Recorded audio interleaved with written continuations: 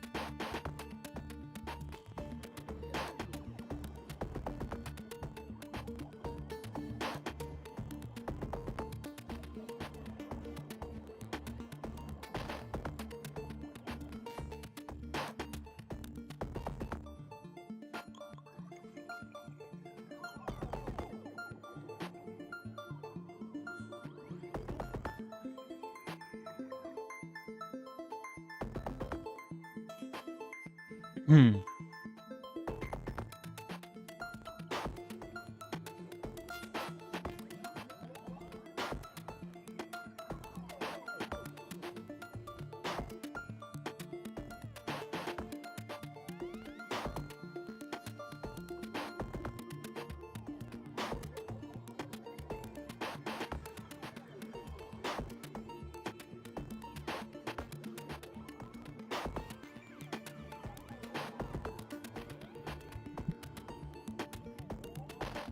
Okay. I don't have a ton of time today, so we're just going to go ahead and get started. And if people want to catch up, they can watch the VOD. So let's go ahead and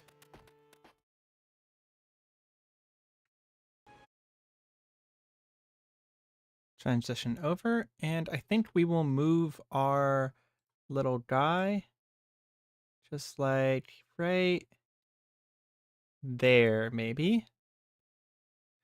Did you miss the ending of Sekiro? No, you did not, Pori. I will be coming back to Sekiro. Someone reminded me a couple days ago that Nightreign is coming out in 2 weeks. So I decided to switch over to Elden Ring for a little bit, because whenever Nightreign comes out, we'll probably be streaming it every day, and I kind of want to get in the habit. But I will be going back to Sekiro like immediately after, or maybe even like as like breaks for Nightreign as well. But I'm worried that if I don't play Elden Ring now, I'm just not going to play it again. And I've never beaten the DLC all the way through.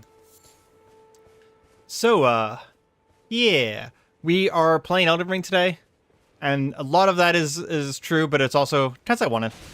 So, I'm going to say this once, and then I'm probably going to have to say this a million times. So what we're doing today is we're actually doing a little bit of a unique run. There is a specific weapon from the DLC that whenever I picked it up, I was like, oh man, I want to do a run with this weapon, right? And I I never really got the chance to. So I went and had some people help me out with this, and this is a brand new character. We literally don't even have our first map, right? We have only our first race. I haven't even spoken to this dude yet, but we have the Carian Sorcery Sword. And we can't equip it, by the way. We can't actually use it yet. We need some int and we need some dexterity. That's why we started as this class, is because it starts with a lot of dexterity. So we'll be leveling up a few times before we actually get it. And we also don't have any sorceries, because I kind of want to just use the sorceries I come across. And I don't really love the sorceries that the sorcerer class starts with anyways. But the reason why this sword is important is because it's R2, so it's FE attack, is a catalyst. So you can be in the middle of a thing and then cast a spell and then go back into the middle of your combo. And that means that, if you'll notice, I have a sword in my offhand. And I'm still, doing the animation for casting the spells. But we don't have the ability to use it yet. So one of our first jobs is to basically just do the beginning of Elden Ring. We're going to skip that guy until I have some sorcery. But we need to just get some basic stuff done and start leveling up a little bit. And we need to get our first sorcery scroll, which I have an idea of what I'm going to be going for first. And yeah, I don't know how much of Elden Ring I'm going to get through before Nightreign. But I do know that whenever Nightreign comes out, I want to try and find some time every weekday to stream Nightreign. Hey, Azale. Welcome. You just got to the DLC final boss. Very cool. That means you're much farther in the DLC than I've ever been. Do I need anything else from you? I do not need anything else from you, Kale. I haven't decided yet how much of Elden Ring we're going to be doing. We're going to 100% the DLC, because I haven't done the DLC, so most of it's new to me. But as far as the base game goes, like, if I wanted to, we could, like, turn this... hold on. I just noticed that disgusting Discord overlay is going... Can I get rid of you? Hold on. Let me get rid of the Discord overlay. I kind of hate that. Give me a few seconds here. I turned this off, by the way, and Discord goes, well, we've updated, so we're going to go ahead and turn that back on for you.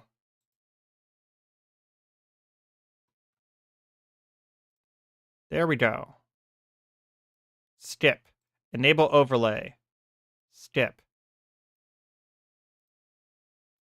Okay. No longer getting that little thing. DLC wipes the floor of the base game as far as atmosphere goes. I think they're both very good in their own right, but I do agree with the amount of the DLC that I've seen that the DLC is very, very good. There's just, oh my god, what are you doing? Discord. I literally just turned this off. Oh my god, just give me a second. This is really frustrating. I hate this new Discord update. I don't know when they did this, but this is awful. This is literally awful. Okay, completely turned off all of the overlay features now. Will they stop telling me that I'm missing out on the new overlay while streaming? By the way, Discord is actively in streamer mode and is doing this. Fucking toxic, right? Programs updating may be the worst thing to happen in first world countries.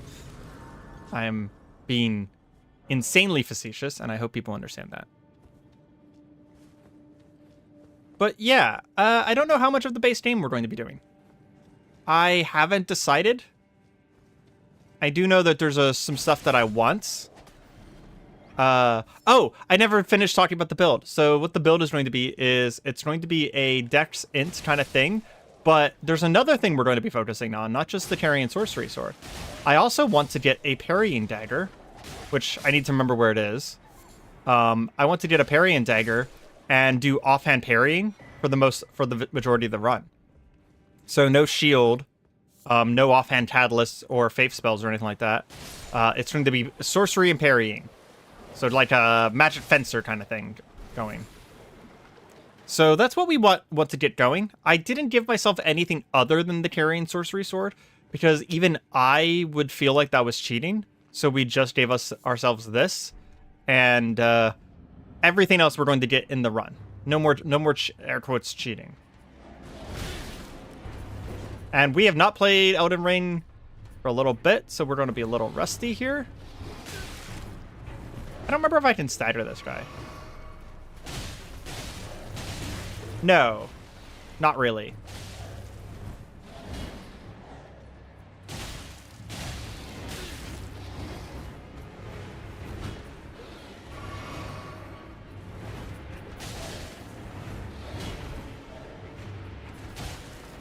He's not hard, though. He's probably one of the easier bosses in the game, because he's legitimately barely not a boss, right? Because he's essentially just a normal enemy from later.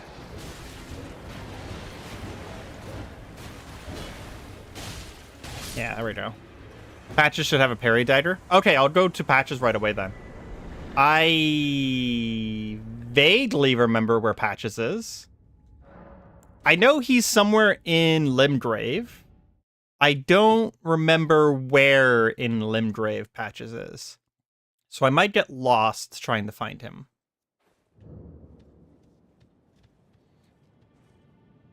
I forget, can we level up right away? We can't level up right away. We have to... Oh, so we need to get Melina first before we get Patches. Because I want to be able to level up.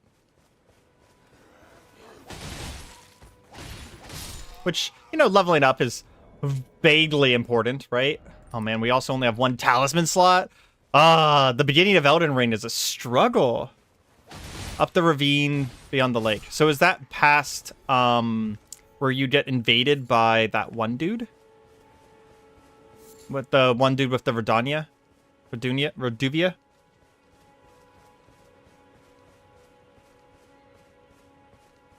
Not sure because I don't use loser parry build.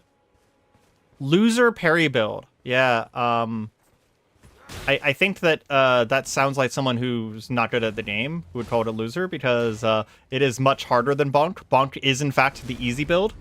Bonk is the easiest build. It is literally the easiest build ever.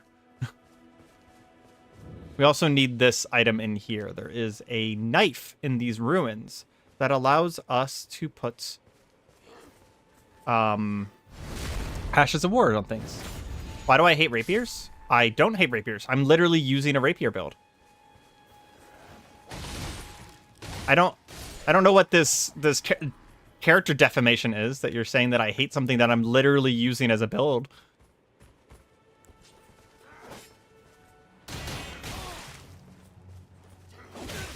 Oh wow, that was some reach, bro.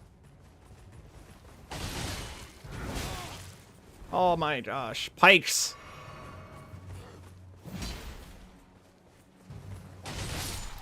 I literally am sword fighting with a rapier in real life now. So definitely don't hate rapiers. Yeah, my weekend, one of my friends got me into some actual sword fighting with real swords. Like, they wear, like, armor, light armor and stuff like that. It's fencing, so it's not like competitive fencing with, like, the full white suits and everything like that. It's a group called SCA, Society for Creative Anachronism. Basically, they go to conventions dressed up like medieval people as accurately as they can, and they fight each other. But this group of people that I met this last weekend were pretty much some of the nicest people I've met in a very long time, and it's the fastest I've ever grown to like a group of people in my entire life. Like, I already feel a little attached to them, and I've known most of these people for 2 days? Yeah, 2 days. It's kind of wild. I don't really get along with people super fast normally, so this is a bit of a new experience for me. But yeah, we're going to try and get good at parrying. So we need that parrying dagger as soon as possible, so we can practice. I did watch a bunch of videos last night on how to parry in Elden Ring, because it is different than Sekiro and some others. So we want to go ahead and make sure that we... Have you tried roll dodging them, my fellow fencers? No. I feel like that's a bad idea. I'll break my fucking back trying to roll dodge. Although, now that I'm getting in shape, I am thinking about going into parkour again, because I used to train at a parkour dojo, and I don't know if there is still one in my city or not. I didn't need that. So it'd be nice to kind of try that out again, because I'm getting back in shape, you know, doing rock climbing, and now this whole, you know, actual sword fighting thing, which is cool as fuck. I guess I'm still not terrible at this game, because I just cleared this whole place out on one life without even, like, taking much damage. So, guess we are not terrible at Elden Ring. Good to know.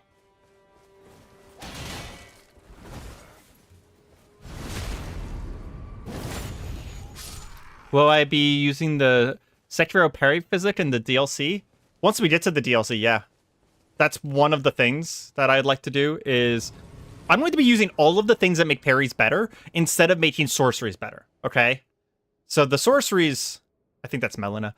So we're going to be using all of the items in the game that I can find, and we maybe looked stuff up between streams of how to make parrying and riposting and the criticals better, right? But we're not going to be focusing on making the sorceries better, because the sorceries being made better is just like really strong. I'm going to go ahead and assume that people have seen this before, and I'm going to skip this one because this one's really long. Melina just basically comes up and says, "Hey, I want to be your finger. I want to be your guide and give you aid." She's basically the lady from Dark Souls, or from Demon Souls or Dark Souls 2 that levels us up. But we don't have to go and go back to a... Oh man, my game's really quiet, isn't it? We don't have to go back to a hub world each time if we want to level up. But there is a really nice up world in this game, despite that. I want to be your finger. Yeah, I stopped because I was just like, I am saying this incorrectly. I'm going to stop my sentence here and move on. Okay, so we need... I don't remember how much dexterity we need, so we're going to level int first.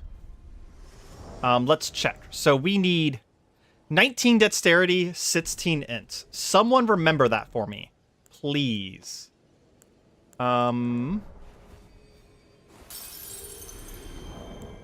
I don't know if we can level again. I wish they would tell you if you could level in this game. In every other Souls game, all the way back to Demon Souls. So let me see if I can get my mouse to appear for a second. Yeah, so every other Souls game back to Demon Souls, there would be a symbol down here whenever you could level. Alternatively, there would be a thing in your status that would tell you when you can level. Oh, okay, runes needed is still there, but the symbol's missing. It literally is it's the only thing I can say in Elden Ring is a downgrade. Is that they got rid of the symbol that lets you know when you have enough souls to level, which was in every other Souls game. And I'm just like, why? Like, this is... Why downgrade? And there is a symbol down there that shows you that is your runes, but that symbol doesn't mean that you can level up. That's just always there. And I don't understand. Now, I will say that Elden Ring is... Like, there's not really any other downgrades in Elden Ring. It's a damn good game. It's one of my favorites in the series, for sure. I wouldn't say absolute favorite. It has more cool shit than every other Souls game probably combined. And most of my favorite bosses in the Souls series is in this game. But Dark Souls 1 holds a special place in my heart. Just because it's so... It does what it wants to do so well, if that makes any sense. Like, it's very compact. It does everything it wants to do just very quickly and compactly. And that makes it very unique to me, that instead of making a massive world, they made a relatively small world, and they did everything that they wanted to do in that small world. And there's a certain level of expertise that goes into doing... Oh, I need to... Why am I walking? Hold on. We need to set this up. We don't need that little thingy there. We will put this on. And we will put this on just in case. I didn't realize that I was slowly accidentally walking instead of riding my damn horse. I don't think we need this guy over here, but we will take him. I don't remember how to get off my horse. How do I get off my horse? There we go. You have to press stealth, of all things. Yeah, I died because I couldn't get off my horse. I forgot that the button to get off your horse was completely unrelated to horses, and you have to press the stealth button. Okay. That's our first death. Should I track deaths? Is that a thing that people care about? Like, the only problem with tracking deaths is that I might not be able to track deaths now that I think about it, because Elden Ring does not like being alt-tabbed. And I have to alt-tab in order to do my deaths. So I actually don't know if that's even an option, now that I think about it out loud. We're going to kill that Nightreign Cavalier in a minute, because I want to.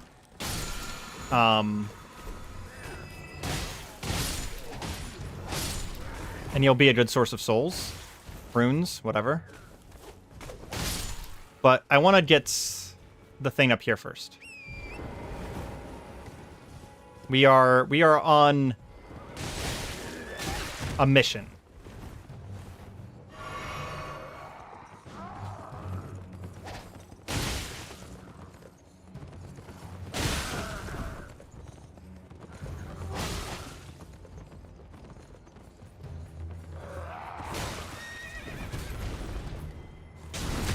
Basically, we are on a mission to get our sorcery sword and some sorceries before we do anything too serious.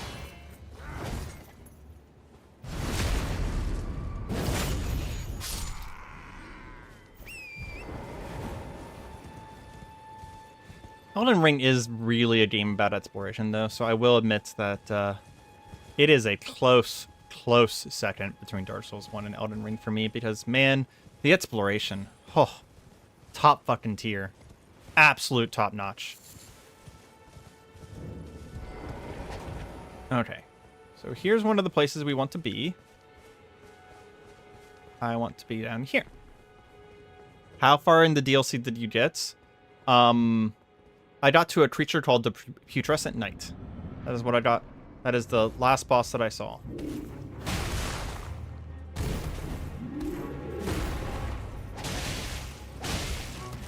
Do scimitars have blade on them?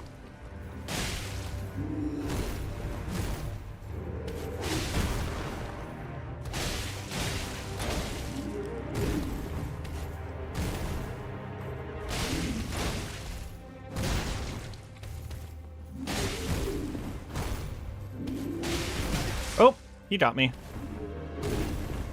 Back up and heal super fast. There we go. Easy peasy. Yeah, I don't know where I was on the main path, Azael, but on the, like, this exploration path, I know that I killed the really angry dragon dude, and, oh, I should save my runes to buy stuff. And I killed, or I didn't kill, but I got all the way down to the Putrescent Knight. Tarnished, are we? I wonder you should turn up here. Wow, you can't hear that at all. Sorcerer. Why are you here? I want to learn sorcery. I dare say your proclivities are far from mine. Oh well, perhaps nurture will defy nature. But one must choose one's master. I was exiled as a revile. Do you still wish? Very well, but I refuse to anticipate. Because you guys can't hear her anyways, I'm skipping her dialogue, and then I am going to fix that because I think I turned down the volume and voices. Yeah, look at that. I turned the massive volume all the way down. And we'll turn the voices up and then the sound effects down a little bit. There we go. Now you guys should be able to hear the music and stuff. I think I was playing in this in the background while like watching a YouTube video. Apprentice, you are a tadpole when it comes to magic. Infantile. Infantile. Without legs to walk. So, to become a sorcerer, first, you must face your ignorance. Now, shall we start learning? Still need to turn the voices up, huh? Still can't hear them. We want Glintstone Arc, but I don't think we want any of the rest of these. I think I need to go get a book first before I can get the ones that I want. Okay, let's turn the voices up a little bit more. Turn the whole game up a little bit more too. Let me know if anything sounds too loud at any point. I should pretty much always be louder because I have like mic ducking going, so it'll make the game quieter whenever I'm talking. But I want you guys to still be able to hear things. And I don't want the actual game to be too loud. Let me backstab someone. That makes a lot of noise. Okay, so that needs to come down a little bit. We'll do that in a second.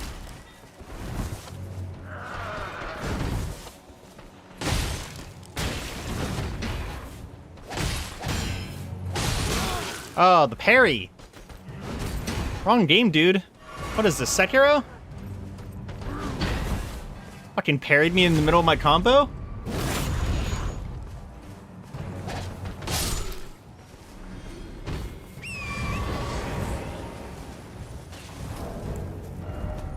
We will do this. Bring this back down one. And bring voices up. So voices are as loud as they're gonna get. Perfect over here. I may play with it a little bit. I'm just watching my like decibel meters, and where I had it a second ago, Sekiro was a little too loud on the parries. So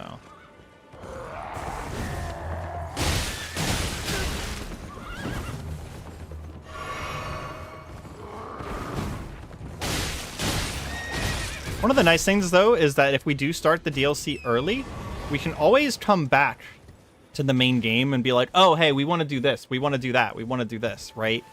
Which is kind of how I played the DLC the first time, which saying the first time is kind of weird because I've only played it once. And I haven't beaten it, as I've stated. But what I did was I kind of rushed through the game to get to the DLC. Ow. And then anytime I wanted something, I would go back to the main game to get it.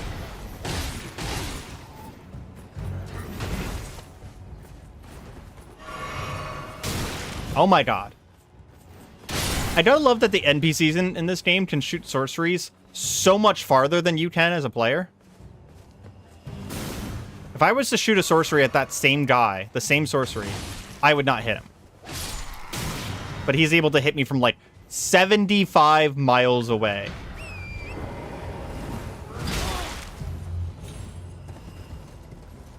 You right here. You need to die. Thank you. Okay, I got what I wanted. I did die, which is not great, but I got the Royal House Scroll. First amount of Carian sorcery gotten. Now I just gotta be able to afford it. Pulled up to the DLC at level 90. That was a mistake. Definitely. My personal suggestion for minimum is like 110, 120. And I think even that is probably like you're making it harder for yourself. Oh my god. So not only can they fire farther, but their shots heatsink more than a person's shot does. It's just another one of those examples of we don't know how to make an NPC harder, so we cheat. But I'm fine with it. It's just annoying.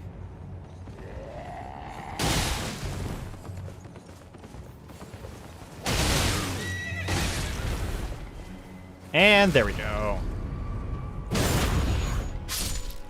There's this part of me that the last Souls game I played was Sekiro, so I keep wanting to absorb money when someone dies.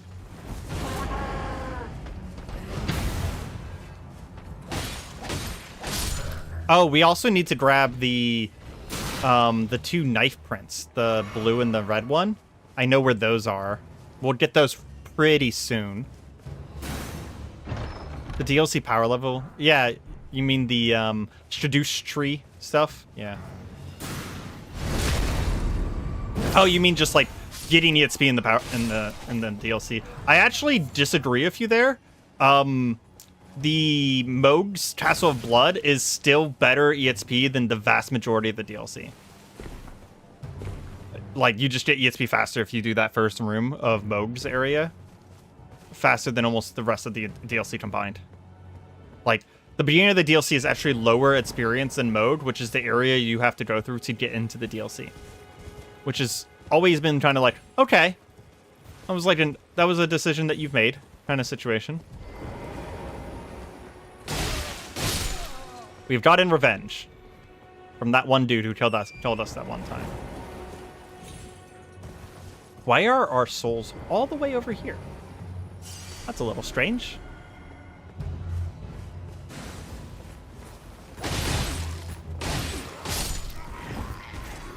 There's a part of me that's like, maybe I skip Stormveil Castle?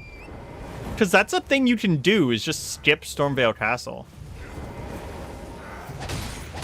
I don't know why that wasn't a backstab, but we'll take it.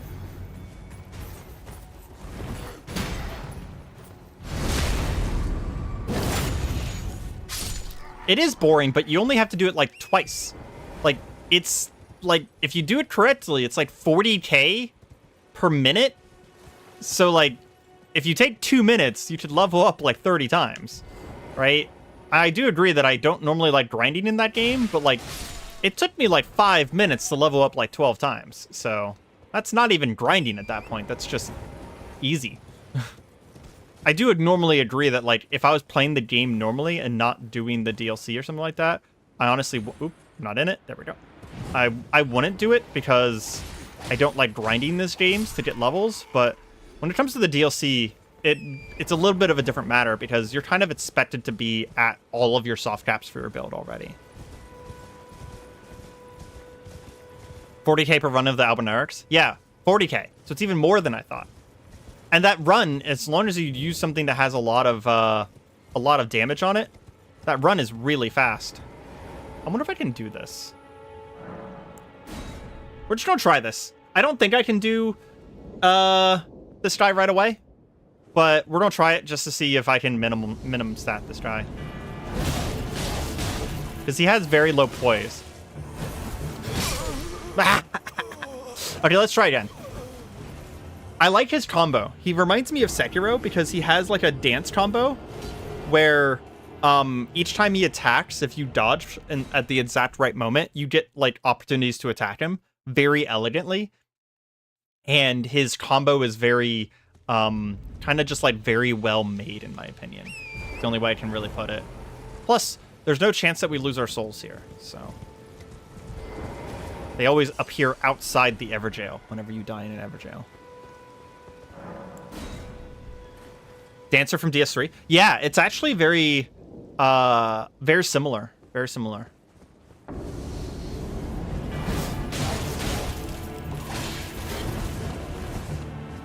He also has one of the coolest dashes ever.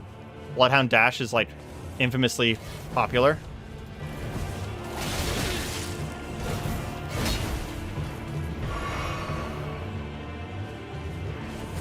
That right there.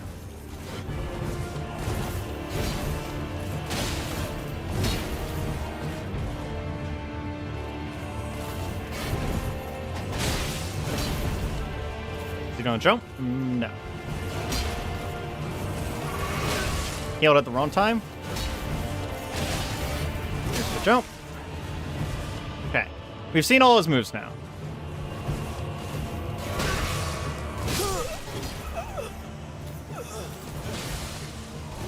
Oh, he does blood loss. Okay. Greatsword plus dagger for momentum shenanigans? Yeah. Hey, someone who knows, remind me. If I put something in my left hand, is there a way for me to use my left hand Ash of War without two-handing my left hand? Because I would like... Where's my souls? Why are they all the way over here? I would like to use left-hand Ashes of War this run and put them on my parrying dagger, but I don't remember if you can do that. I thought, if I remember correctly, it's only shields that have that ability to use your left-hand Ash of War over your right-hand one.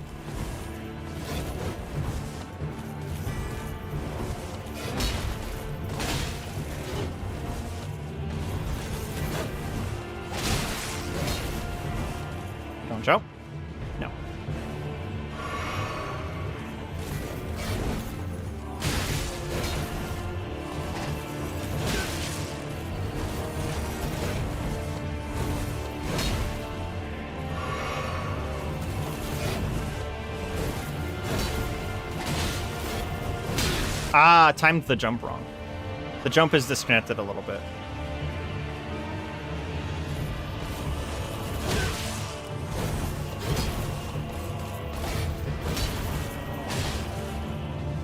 There we go. I think I figured out the timing now. Well, that's a new attack.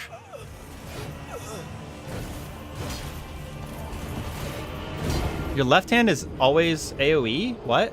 Oh, Ashes of War. I know that parry's an Ash of War. I just want to have other things as options. Other than just the parry. So, like, I'll have multiple left hands. Probably 2 or 3. And some of them would be just for the Ash. I might need a tiny bit more HP before I fight this guy. Although I do think I can just beat him. I have a certain personal joy of killing bosses long before you're supposed to.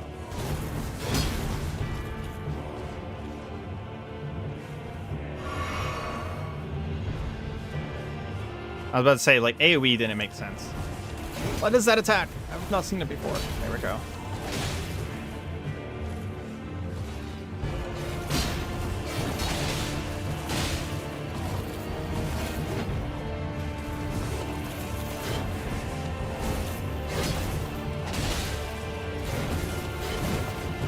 Oh, you did a bit of a different combo.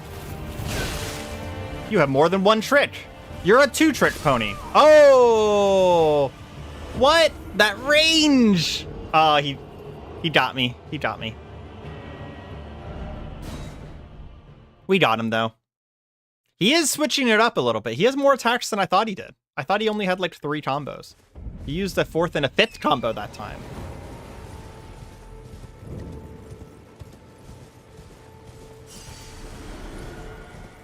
One of the things that I'd like to do early game is, on top of having a parry, I might have another dagger for the dagger dash, because dagger dash into sorcery sounds like a lot of fun.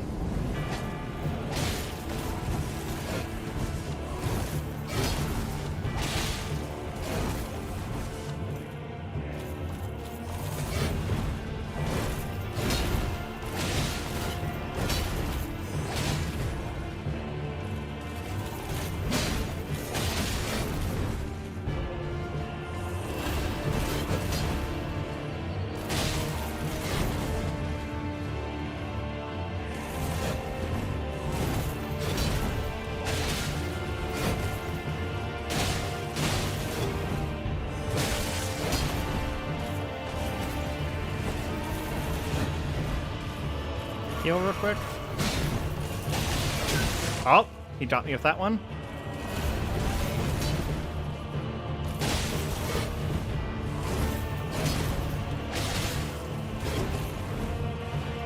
Just top off.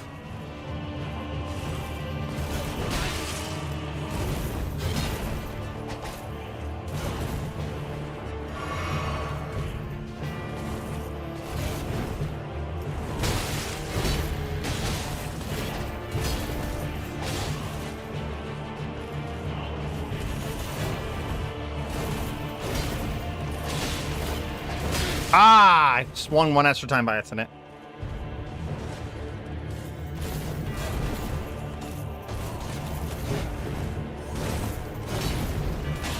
No. He dodged.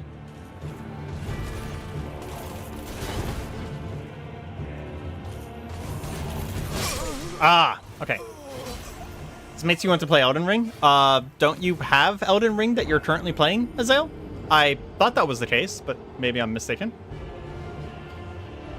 We got him, we just need to not die. That's the only thing that we have to do here.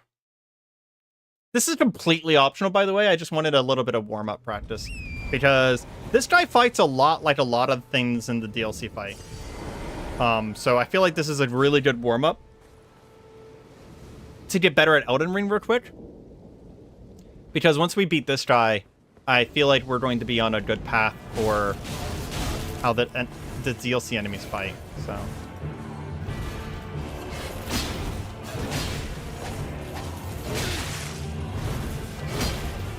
Jump. Thank you.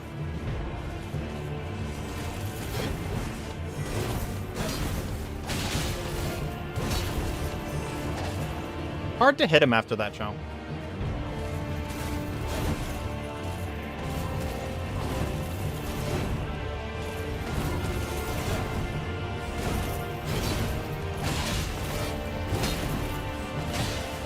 Ah, there we go. I can R2 to hit him after the jump.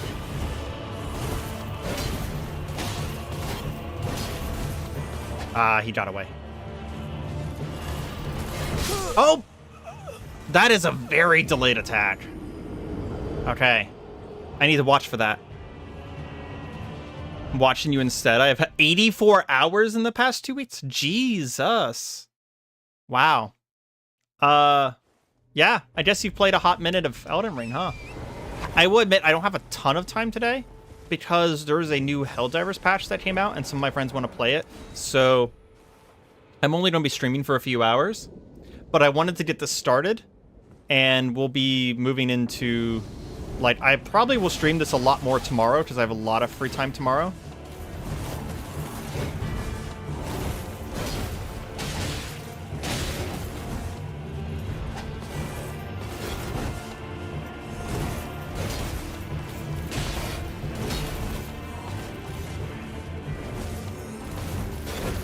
Ooh.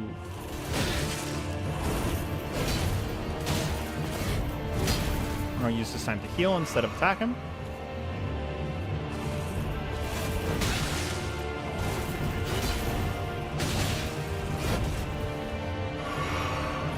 He does switch it up a little bit.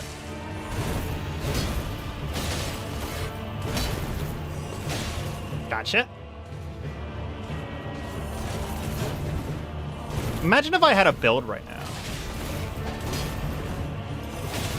Oh, he didn't leave. Interesting.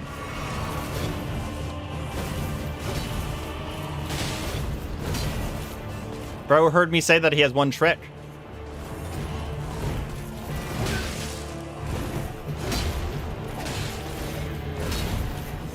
Coming from my reputation.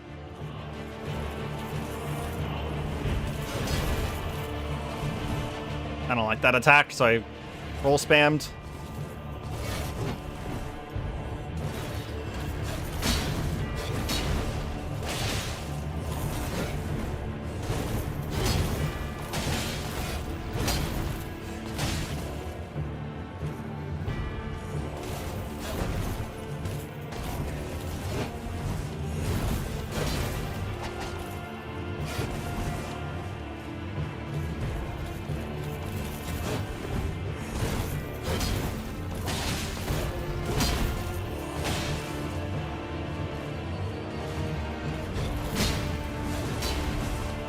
Bye. Cool. I wish my PC could run Elden Ring, especially the new roguelike. Yeah. I mean, I'm really looking forward to Nightreign. I'm really looking forward to Nightreign. Honestly, if you just said you played through the entire game in 84 hours, Azale, that's really fast. My first run of Elden Ring was like 110 hours, and then I put another 95 in to get to the DLC. Hey, Mahari. Welcome.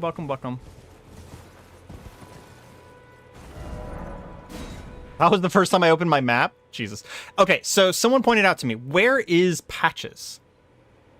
You're not looking forward to Nightreign too? Awesome. Really happy to hear that, Mahari. Where is Patches? Is it this? Is this where Patches is? Or is it this? I felt like this was the... this is the ore cave, right? This is the one that has the ores in it. I feel like this might be where Patches is, right? That ravine. Okay. Thank you, Mahari. Let's go level up.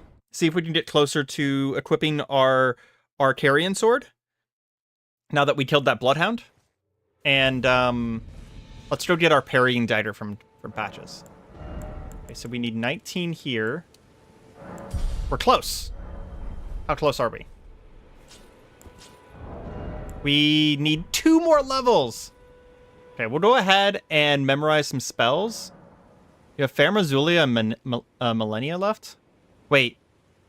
If you haven't done Fair Mazula, you are missing a lot of the game, right? Fair Mazula is just shortly after the halfway point. No, I guess it's pretty near the end. Never mind. Farum Azula is one of the last areas that's not optional. You there. I forgot. Could you help us out, Cully? You were just thank you. Don't worry about this. Just a man got turned into a tree. We'll worry about that later. How do I need to go down. Once we get my Carian Sorcery Sword up and running, we'll fight a dragon. That sounds like a fun thing to do today. It's like 5 bosses. I was just thinking about the fact that Farum Azula, like where it was in the timeline, but I did forget that Farum Azula is after Consecrated Snowfields, not before it. So I was getting my timeline wrong there. We're going to equip that fire grease that we just got to fight this guy. Is it the first cave or the second cave that Patches is in? Is it this one? Or is it the one down there? We're waiting for a person that's about to invade us.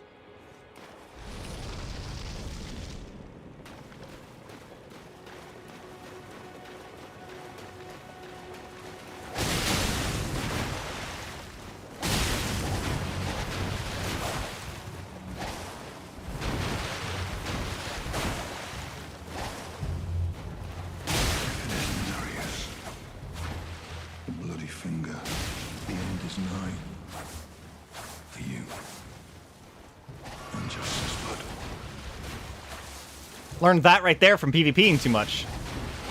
You can just walk left and right to dodge the blood. Ah, he got me anyways. Whenever someone's doing that, by the way, because people love Verduvia way too much PvP, if they do that little slice thing at you, you can go left, then right, then left, and you just dodge it. It's stupidly easy. Morgott is the halfway point. If you talk about hours of the game, Morgott is definitely the halfway point. Because it takes the same amount of time to do all of the later parts of the game as it does up until that point because of how hard they are. At least that was in my opinion. Maybe it just took me longer to do those areas, but like whenever you kill Morgott, I've always considered that the halfway point because there is another half of the game. Especially because most people do Ronnie's storyline after Morgott as well. So you have all of the underground, you have all of the giants, Concentrated Snowfields, Farum Azula. It's a huge portion of the game. It's like if you just count regions, it is more than half of the regions after Morgott. Then again, it is actually very possible to do Ronnie's stuff before doing Morgott. So I guess you could see it. I mean, it's an open world game, right? So I guess you could see it multiple ways there, right? So I could just be wrong.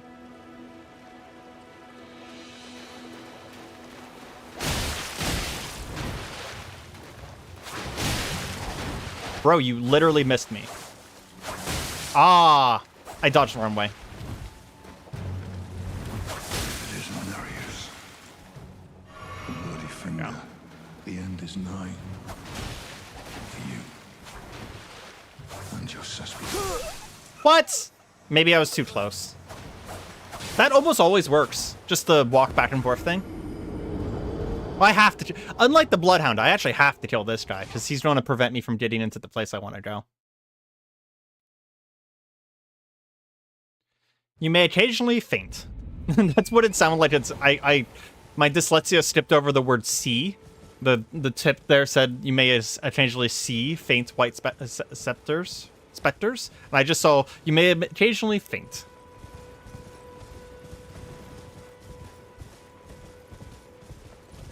The number of Yura cosplay I see ghosts wearing is crazy. Yeah, people do be weeaboos. People do be weeaboos. And I think that there's a certain like aspect of like if you see a whole bunch of people in knight armor, you don't think about it, but you see people in weeaboo armor, you think about it, and like that's a thing that has been happening to you because of the internet, but it's not like it's actually more prevalent. It's just that the costuming is more obvious, I feel like. Because I see people in the standard knight armor, like the generic knight armor, more than I see it in the Yura costume. The Yura costume just stands out, right? Especially in a game like this, which is relatively medieval Nordic kind of thing.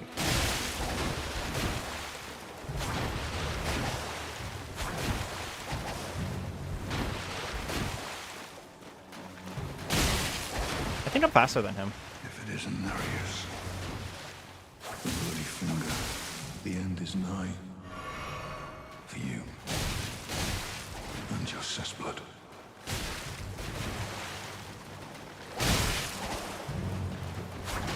You'll want to back up and heal here soon.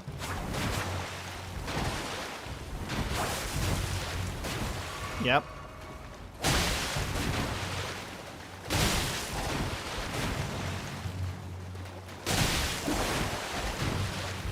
Tag teaming. Oh, such unfair PvP. I think I do more damage than Yura does.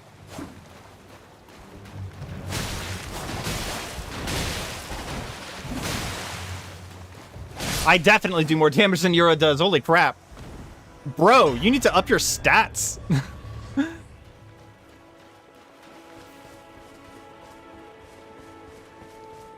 I'm not even gonna bother talking to... In fact, I might even kill Yura.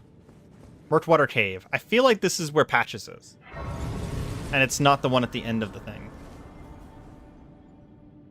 I'm not sure if I'm right about that. Ah, 1 level? Are you effing kidding me? Hold on. Let's see if we have any souls. That's not gonna be enough. Okay, well, we'll get it after this cave then, I guess. 1 level away. Yeah, this is definitely it.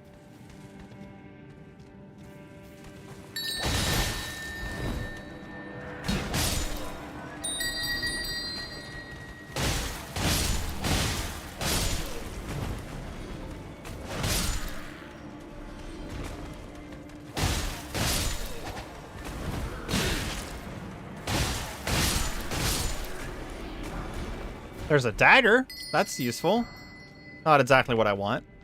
We also need to figure out what we're going to be wearing. Like, what kind of costume we're going to go for. I don't have a preference. I do want to do something light, because I want to do, like, minimum light rolls. Soft rolls, or fast rolls, whatever you want to call them. So no heavy armor. I kind of would like to be pseudo-Carian. Like, because we're using the Carian sorcery sword, and I'm calling the run the Legacy of Caria. So, like, I do feel like we should do something kind of within that theme. But, honestly, I'm not sure what. Well. Thought you'd just help yourself to a man's personal belongings, huh? You scheming little thief. We'll leave Patches alive. Demand repentance. Cough up your coin. All of it. It's tempting to not, though. This Patches sucks.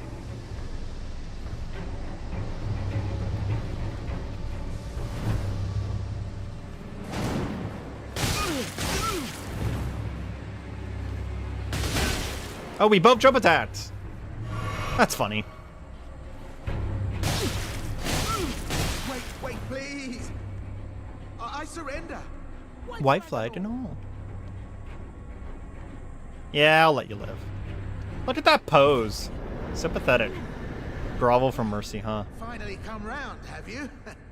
I knew you would. I do like his outfit, though. Like, I wouldn't mind wearing his outfit. I don't even know if you can get his outfit, though. Because it's not exactly the rogue outfit. It's slightly different. Ah, well, what do you know?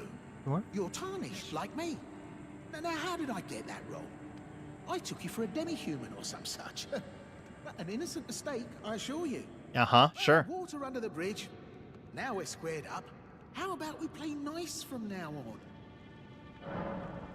A true man of reason. Just what I like about you. I'm Patches. Patches the untethered. Tarnished like you, only free-spirited. Nomadic, you might say. Only for now, those retired soldiers turned bandits. Can you imagine Patches as the Elden Lord? That would be amazing. Well, showing them the ropes. But honestly, this looting racket is bloody terrifying. Frankly, I'm ready to wash my hands clean. Maybe set up a legitimate shop. So don't be a stranger. I'll be ready to wheel and deal come next time. So I think I have to leave and come back in now in order to get him to sell shit to me?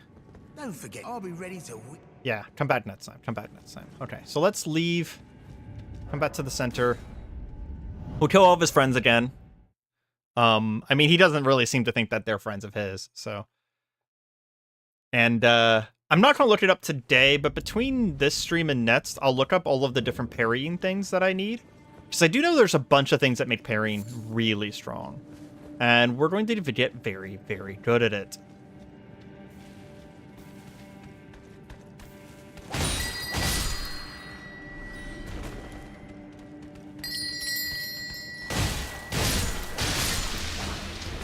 Rude.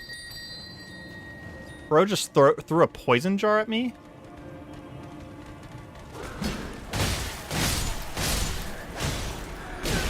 Oh, that's a powered one. Whatever it's called.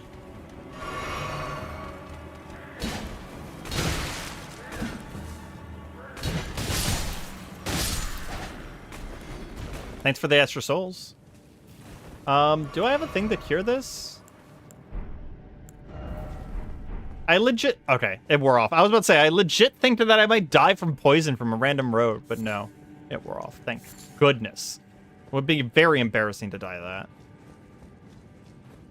Well, nice of you to drop in finally. It's all a bit ad hoc, but I'm sure you'll... And welcome where you won't need a ring. Okay. Parrying dagger. I need 1,600. Let's just make a little bit of money off of stuff that I'm never going to use. Sell some of my runes. There's 1,800. Parrying dagger. Very nice. Cheers for that. What happens? Can someone tell me? What happens if I open his chest?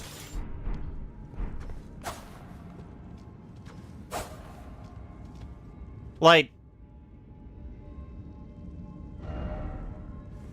Is there anything in here? Because he put another chest down, right? And I don't care about... You get trolled? No. Cheers for that. I want to get trolled. I don't think I've ever opened this. Ah. That makes sense. Well. I should have known, you Scheming little thief. The gods demand vengeance. Vengeance! I mean, it's all fair. He attacked me first. I've never done this one.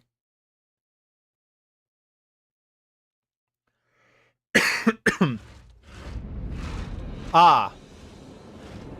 Bears. Well, I know where I am. Honestly, this helped me.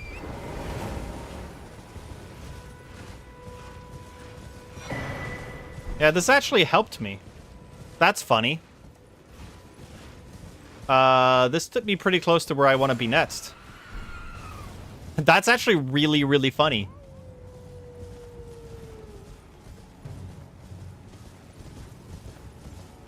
That was very useful. Yeah, because I want to come down and I can't open my map because I am, air quotes, in combat. Does this guy have anything useful? I need to remember what he has. I want to come down and do this fort. Please, I'm angry. This guy has some smithing stones.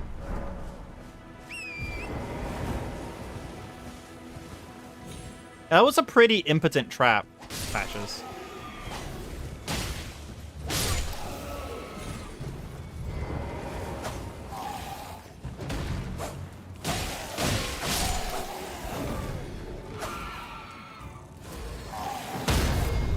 First parry of many. Like I said, I did watch a video on how to parry with the parrying dagger. So I know what the frames are. I have the knowledge, but I do not have the practice or the skill for it yet. Bro, where are you going?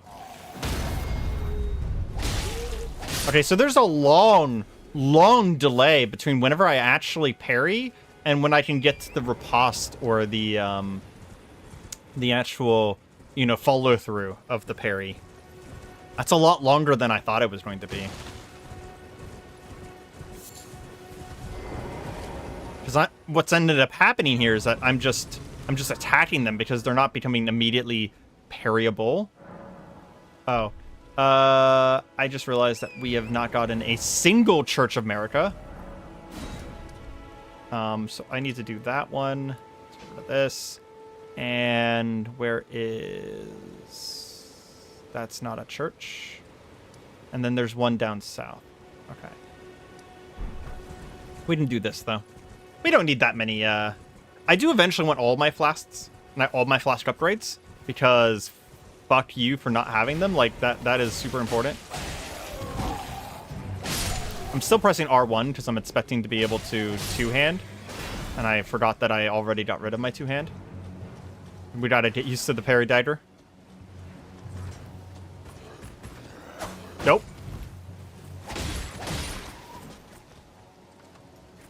Basically what I have to do is... Okay, that was early.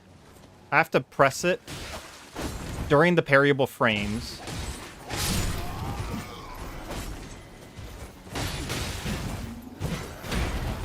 Go backstab this guy, and just...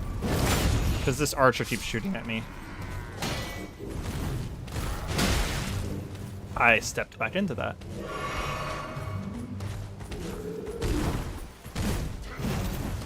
I really don't want to get shot by the ballista here.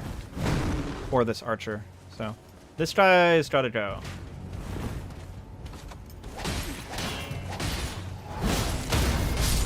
There we go.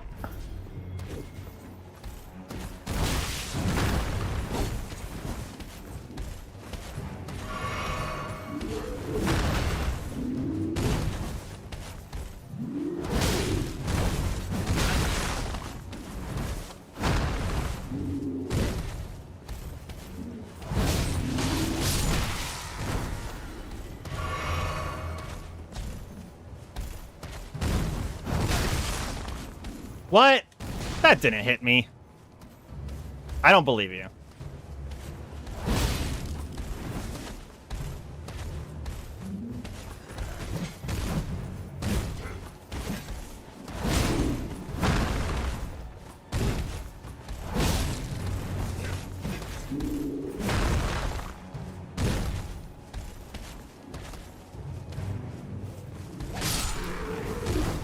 Ho ho ho ho ho ho ho! That was way too close.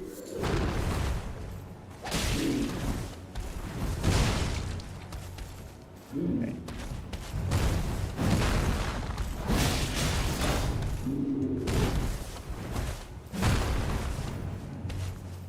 Pop over here super fast. Grab that, just in case we do die. Although we're not planning on dying, obviously.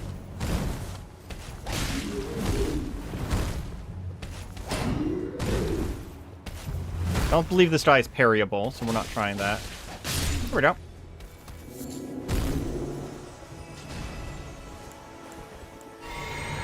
Remember that the flails are unparryable. Yeah. Flails, whips, sickles, and ultra greatswords are all unparryable. So, yeah. Like I said, I watched a whole video on it beforehand because I honestly didn't know how to parry in this game. I had never really tried it because I knew that the parry frames were so much smaller. They're actually a little bit larger than I thought they were, but they're still very small. This dagger, for example, has about 5 active parry frames, which is 1 frame larger than I thought it was. Which is not that big of a deal. Not something I could measure internally.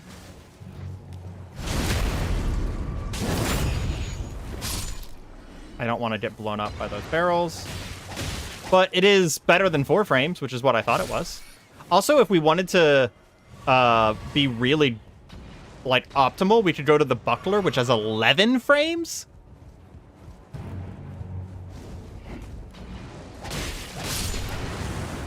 Which feels like... It almost feels like overkill with how nice 11 frames would be after hearing about fucking 4 frames. Wow. Good job, bro. He, like, really switched up his attack there.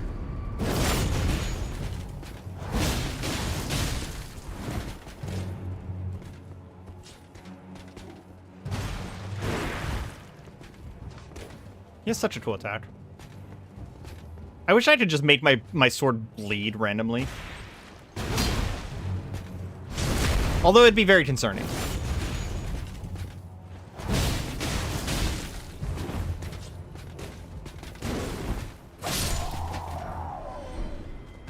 I mean, I guess I have Bloody Slash now, so I actually could make my sword bleed.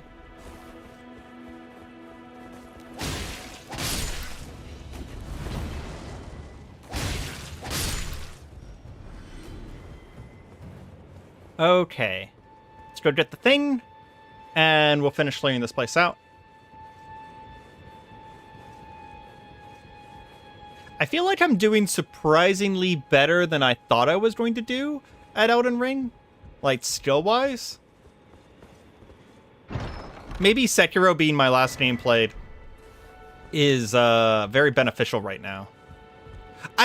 Sorry, I should say this ahead of time. I hope there's not too many people in the chat and who watch the VODs for this who have never seen Elden Ring before, because I have played a lot of this game. I have beaten it all the way through 3 times now. I have not beat the DLC, so no spoilers there. But if you're someone who has never seen Elden Ring, I'm probably not the best person to watch, unless you want to watch someone play it without explaining anything. Is this one of the rat rooms? No. There's a cookbook here, though. 1,500? Do I have enough? No. I do not have enough either. Do I have any souls? No. Okay. So we can leave. We want to go here at some point. We want to go here. Let's head up the road to the Church of America. This is chat's reminder to go play Elden Ring. It's pretty okay. Accurate. Elden Ring is one of the better Souls games, and I honestly think it's not a bad entrance for someone's first Souls game, with the only problem being that if you play Elden Ring first, you're going to be getting used to a lot, and I mean a lot, of quality of life that this game has that the other games don't. And having that quality of life early does mean that you're going to go play Dark Souls 1 and 2 eventually, and you're going to be like, oh, wow, this feels clunky in comparison. And it is, but at the same time, it feels so different than Elden Ring that I think it's still worth playing. But you're going to be missing out on that quality of life if you play Elden Ring first. Definitely, definitely. Your PC can't run it. I understand that. It's actually much more optimized than it might seem, for the record. Now, if you have a potato, then yes, I agree. You can't run it.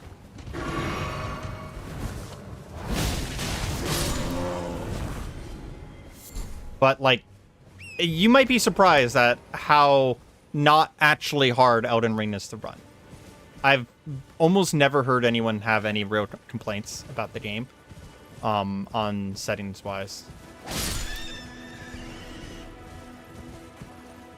Okay, so we should be able to get to this church, pick up the flask upgrades, and kill the giant, and that'll get us our sword. And then we'll finally have Carian sorcery on our Carian sorcery build. That also gets us our wondrous flask as well, which we will put right here. We'll have to put some stuff in it as well. Make sure that we set up a nice physic flask.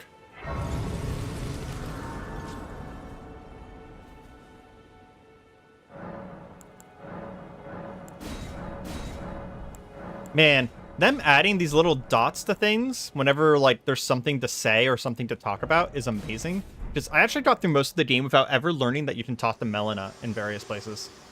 I think she's gonna try and take me to the Round Table Hold, though. Spoken echoes linger here. Oh, she's not. Words of Queen Marika, who vanished long ago. If you wish, I will share them with you.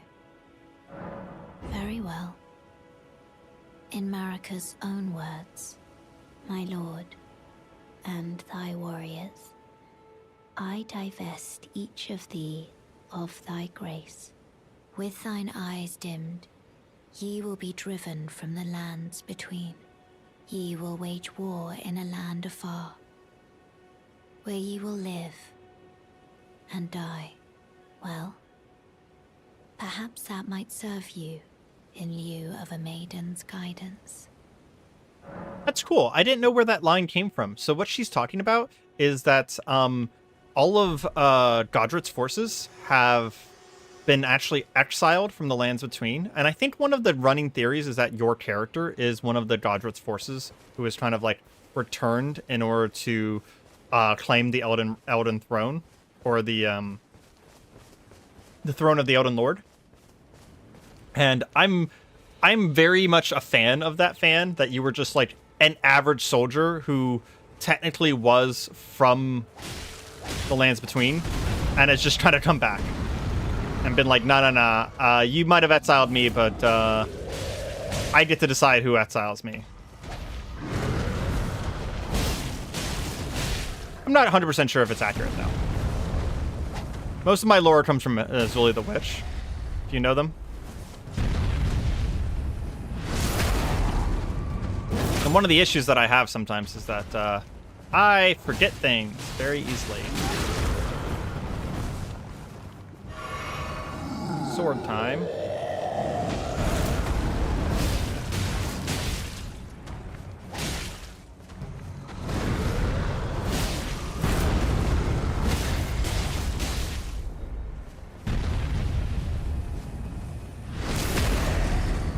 You know, there's a level of satisfaction that I cannot express of killing enemies at really low levels, but I still don't think I would do a level 1 run, despite how much that's really fun to me, because I cannot imagine killing some of the later bosses in Elden Ring with, like, these stats, for example.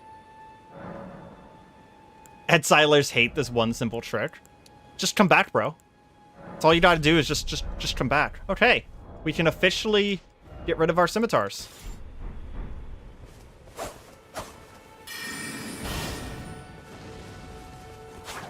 Very nice. We're gonna try this out on this guy. What's the scaling on this? This is strength, dex, and int. So we're going to want a lot of dex and int more. Just say nuh-uh and return. Yeah. So I want to get the Carian sorceries next, which means that we do need some souls for that. Okay, so if I one-hand, it uses the parrying dagger. If I two-hand, I can use impaling thrust, which is going to be a really good maneuver for staggering, because parrying thrust does a ton of stagger damage. Okay. So if I want to put the little quick dash thing on, I just have to put it on my left hand. But this also does magic damage. That's really nice. Oop, timed that wrong.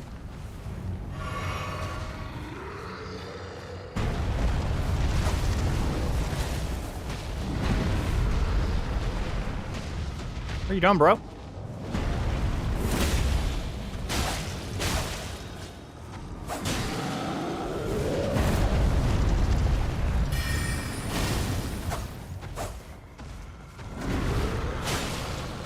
For the time being, it is less damage than the scimitars were.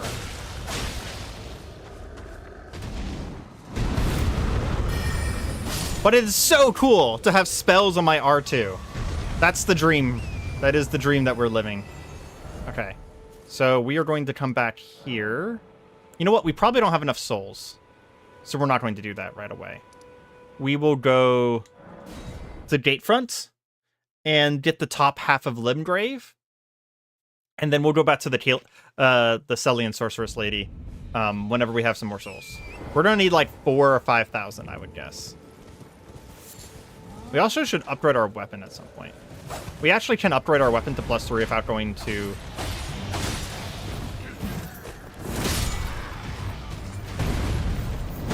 without going to the round table hold.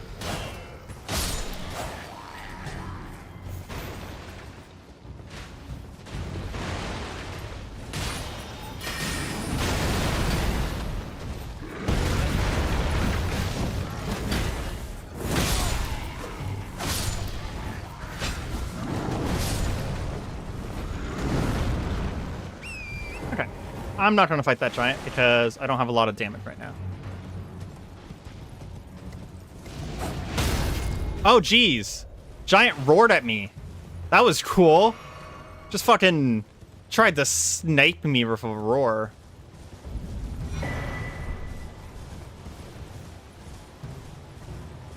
You hated that guy? I can see that.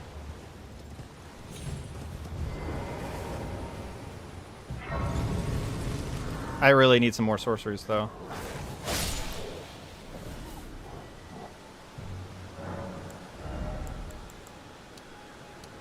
We'll be continuing to level int for a little while because that's going to be one of the things that I need the most of.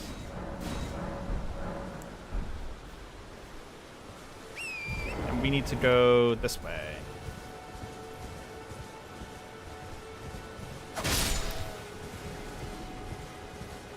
We're going to need more int to like learn sorceries than we're going to need dex for damage, because at this point the only thing we need dex for is damage. So we'll focus on sorcery first.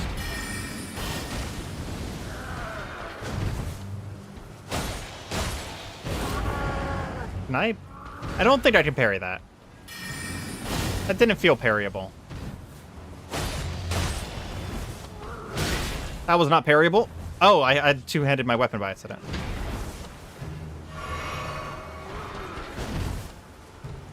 I know some of this guy's attacks are parryable. Ow.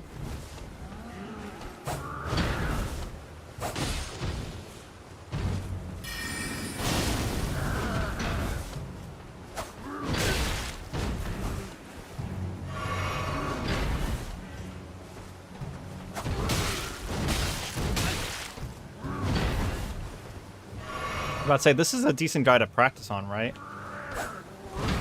Because he has a lot of shit like that where he has like long wind-ups and stuff. Again, I don't think that attack is parryable. That right there is just so satisfying. It's like, oh, you're doing this big, cool, strongman attack? Stab. Right in the armpit. Goodbye. Okay, we can take this off our map. This is the guy that will teach us a bunch of Ashes of War. And I want to pick up the like dodge slide Ash of War thingy, which I don't know if I have enough money for. Not seen you before. Name's Bernard. Tarnished, just like you. Let me ask you something.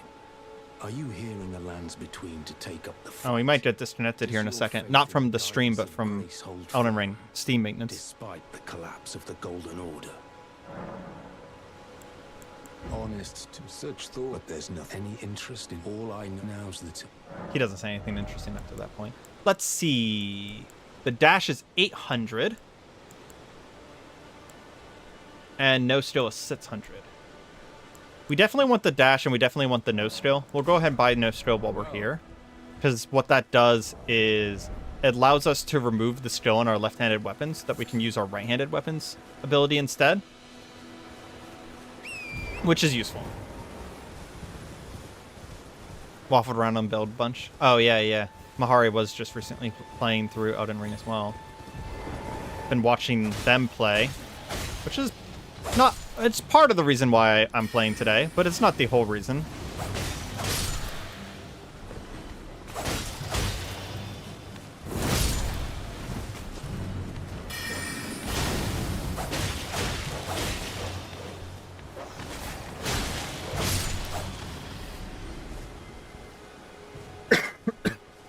Excuse me, sorry. Couldn't reach my mic in time. But, yeah.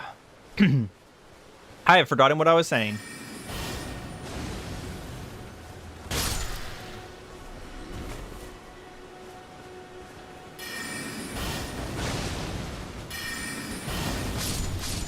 Work out.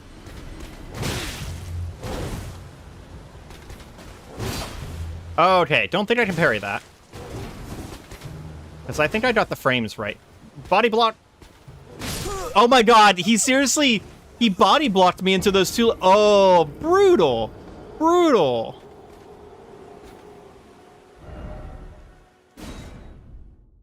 My favorite weapon vibes-wise is the coated sword. Oh, yeah. Yeah, Mahara's Night and Flame sword build right now has been doing so much damage that I didn't... He was doing more damage than I thought you actually could do before the DLC. Like, he hit one of the enemies for like 3,000 damage in the sewers. And I was just like, okay.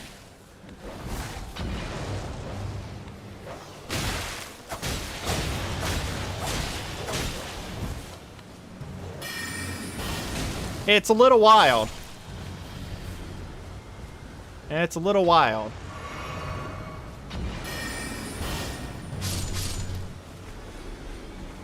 You gotta admit, though, sorcery's really cool in this game.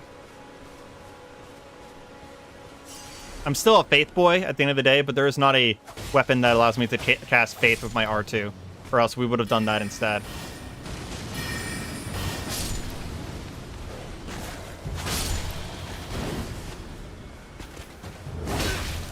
Nope, too early. There we go. Can we wake up sorcery him? Yes, we can. Love it. Love it, love it, love it. Okay, we're getting there. We're getting there.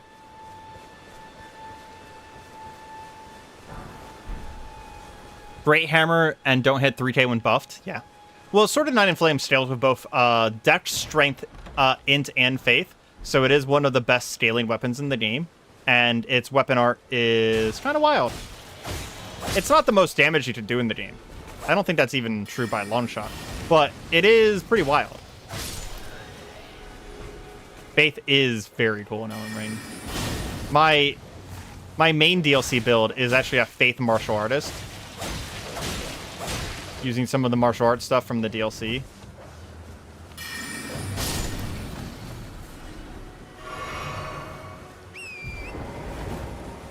We don't have to kill Alexander this time, I just realized. Normally I kill Great Pot Alexander every time because he drops a really good talisman, but I don't need it this time because I'm using parrying.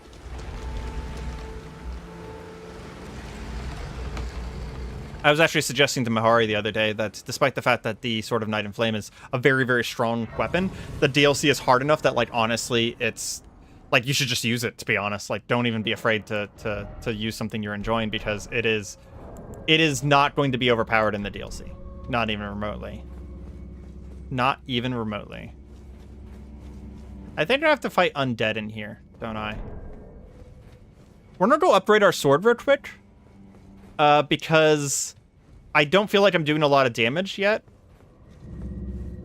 And these undead are annoying.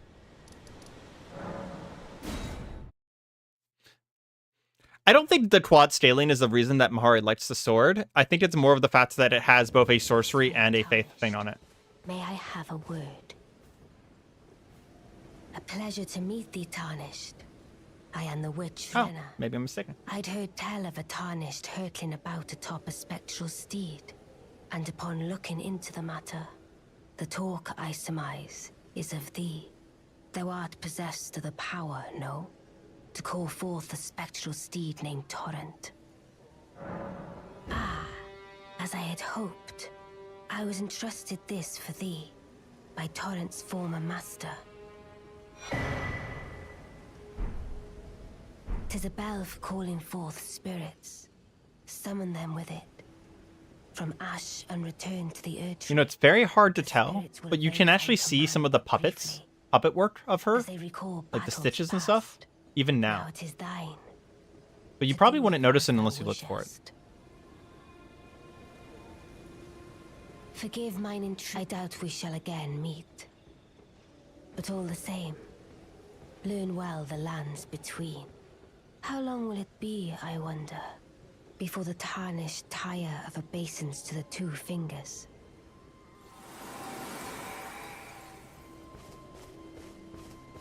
Nice and mysterious, Ronnie. Never change. Ronnie's easily one of my favorite characters in this game. Okay. We only had enough to get +1, but that's at least something. It is literally something. Let's see. I don't want to do Death Touch Catacombs because it's very high scaling. We need more... We need more spells, but we also need more... What am I trying to say? Churches America? Oh, yeah. There's dual swords from... It's like the second DLC boss. It's really, really, really good. You actually would like those weapons because it's fire and sorcery. It's a really nice set of... And it's dual swords, so whenever you do hand them, you Is that a scroll? you kind of go into a dual sword stance, right? Yeah. Very well. They're really good. I actually really like their attack pattern. They're completely unique attack pattern, by the way. Like, no other weapon in the game has that. It has a dancerly attack pattern. Never lose that inquisitive. And it's a boss weapon, so it has pretty good scaling, too. Okay, let's see. Carrion Slicer, Carrion Phalanx. These are the two that we want. So we need 2,500 and 1,500. So that is 4,000 that we need.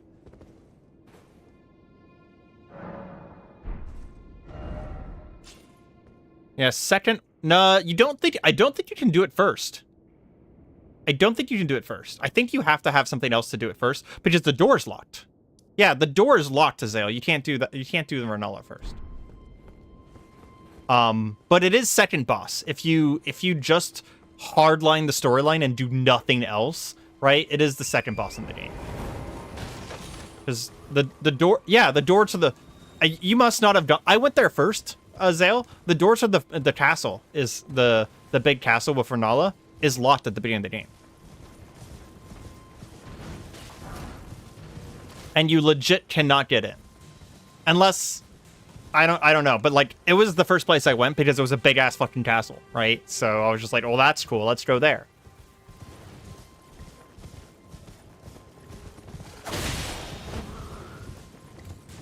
We are going to go to the Weeping Peninsula, and we'll fight a few bosses there, but the main thing I want to do in the Weeping Peninsula is get more Churches America so we can upgrade our flask, because we're going to need that. We're going to need a lot of that. I am kind of bouncing around a lot. I pseudo-apologize. I'm just trying to think of, like, what do I actually want? And then what we're going to do is, instead of ever farming, anytime we want souls, we'll go and do something that we haven't done yet.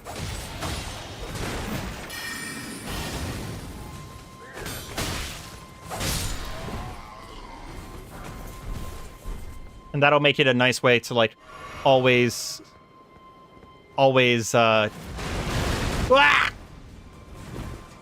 keep the content interesting.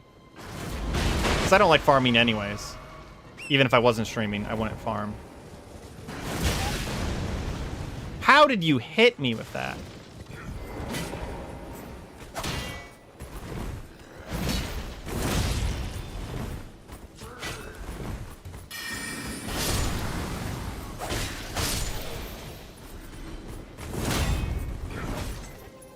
Oh my god, I did that much damage through his shield with the piercer? Fuck me, that is impressive. Stone Sword Key, we'll need those. This one man over here is like playing Sekiro. He did not hear us, even though we were obviously having a giant, crazy fight right next to him. I happen all the time with the guards in Sekiro. Still blows your mind how big this game is? Yeah. The DLC is the same size or larger, Mahari. Potentially larger? I'm not 100% sure. He was on break. Yeah, just smoking. Okay, we're going to save our souls for a little bit. And as soon as we get to 4,000, we're going to go back and get those carrion spells.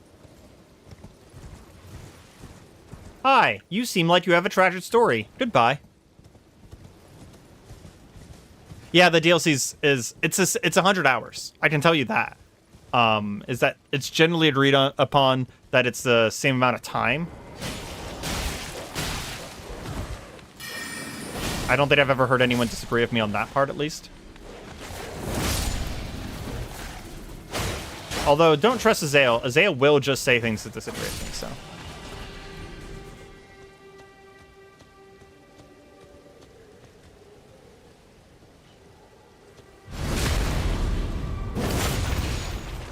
The DLC is Elden Ring 2. What is our critical? We have a 110 critical? That's pretty good. If you don't know, critical is how much damage you do whenever you're doing like parries and stuff like that, backstabs.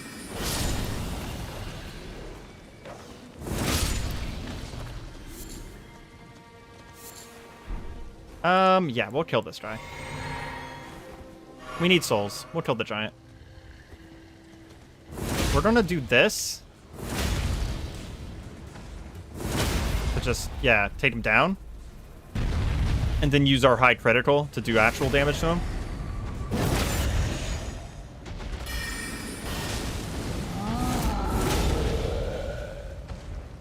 Break some kneecaps is all we're doing here.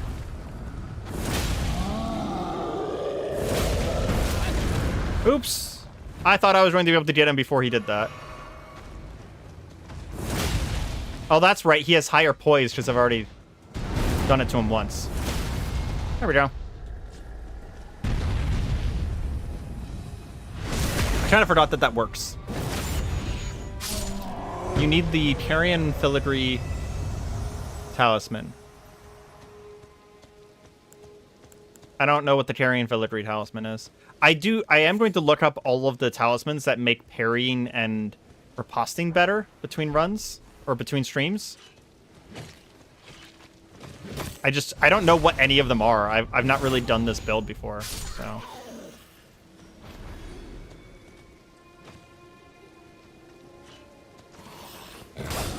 Okay, can't parry that. Don't have any magic.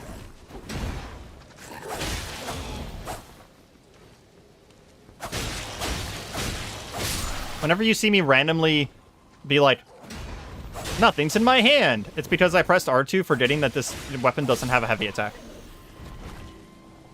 Reduces the FP cost for skill. Oh, I'm not using Ashes of War, though. I'm using parry. Parry costs no FP.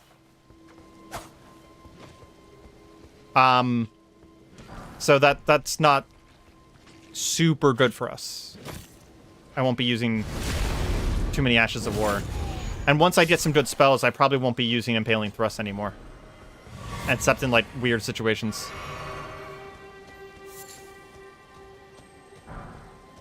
Yeah, but I want to base my build around parrying. So that, like, it's my highest reward thing.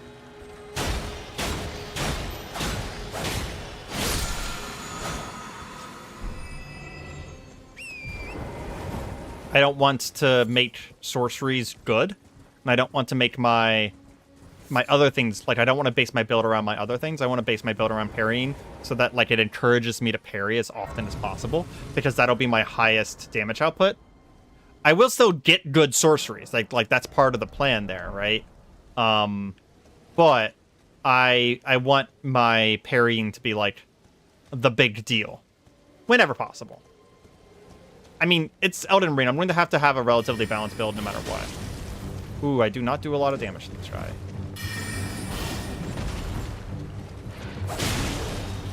This might be a no. Maybe. Maybe.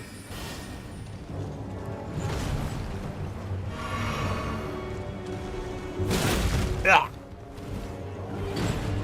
Okay, yep. I've learned my lesson, sir. You don't need to do it again.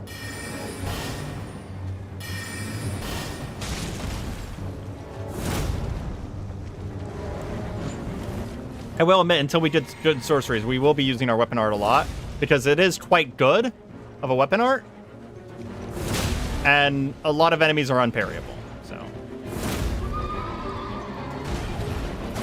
Who do you think you are, Gyobu? Anyone who's watched Sekiro recently gets the reference. Dude, what are you doing? Fucking drift chain over here.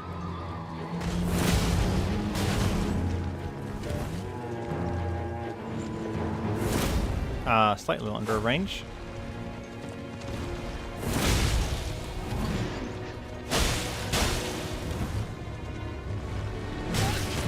Oh. I actually was rolling? I don't...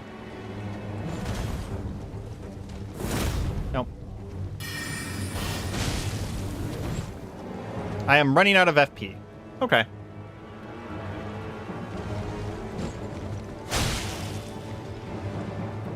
Dumbledore said calmly.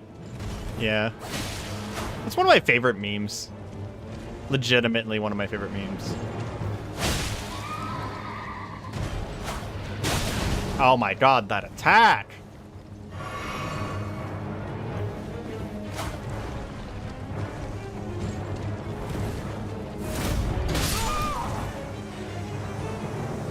I pressed L2 in the air, so whenever I landed, I did the impaling thrust, and that killed me.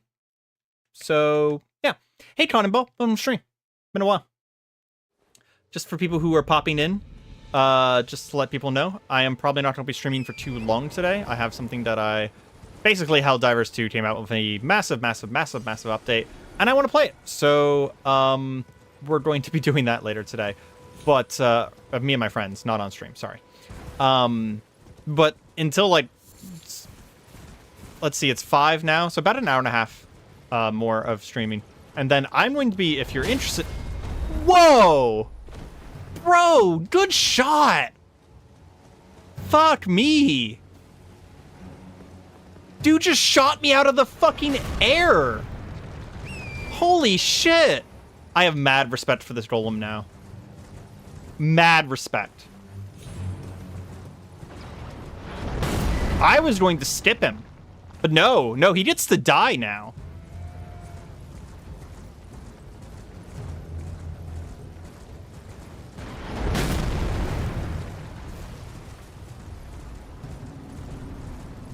You have earned death, soldier.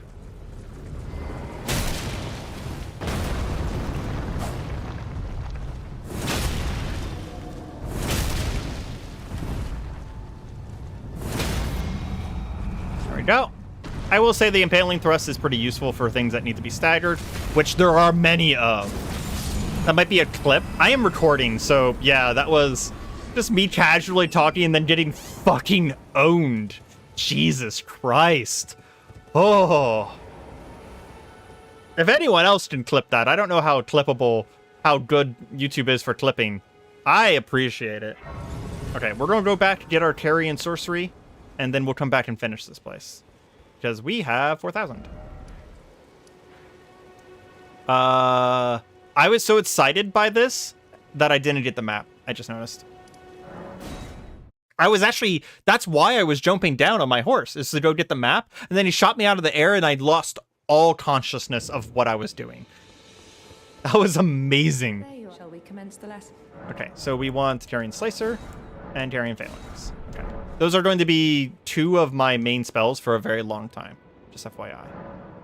And Memorize Spell, Phalanx, and we can't do Phalanx yet. We need 22 ints, so we will do that a little bit later. And I'm going to reorganize my flasks. I just realized that I need to do that. I don't really need that much healing.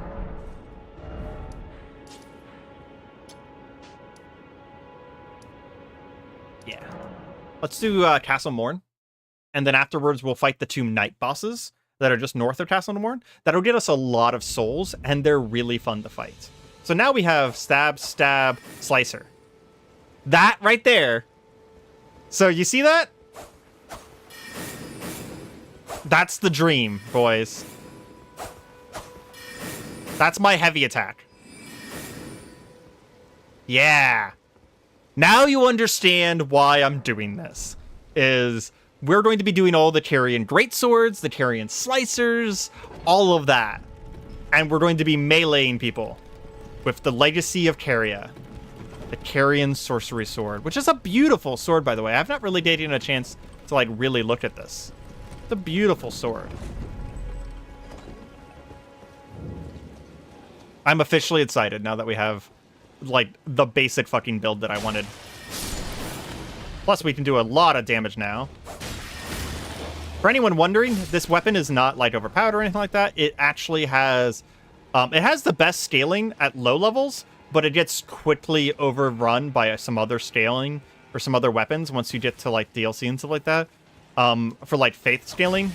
And it does have relatively low melee damage itself. Someone's jar just got broken upstairs.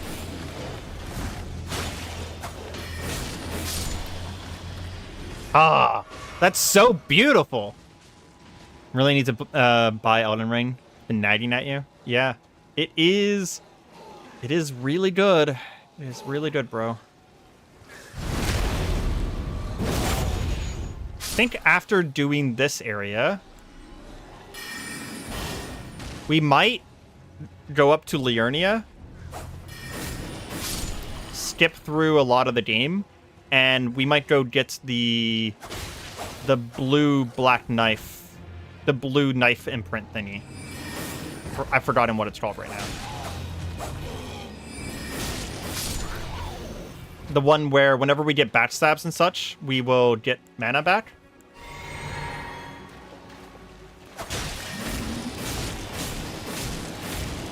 Yeah! Look at that damage. That damage is going to get us through the beginning of the game.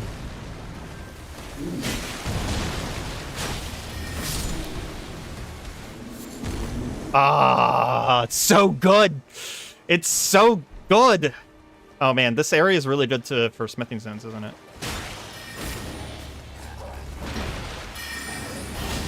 And I could just quickly switch my things and then heavy attack again. Oh, it's so good. I love this. This is making me fall in love with sorcery. Elden Ring gives Faith builds a gun in the DLC. That's cool. I didn't know about that.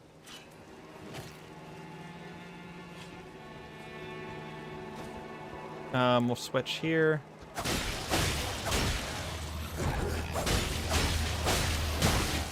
Yeah, the scaling on the weapon itself is pretty low. It doesn't do a lot of damage.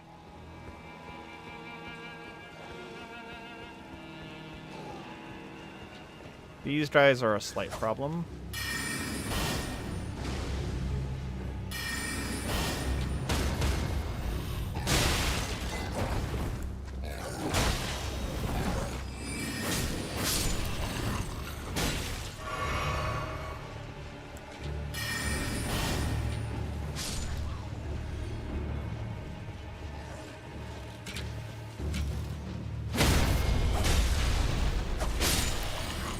There we go.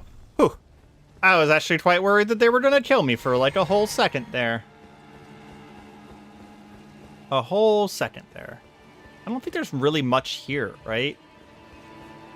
If I jump down there, can I get back? I don't think so. So we're going to do this side first. I don't remember.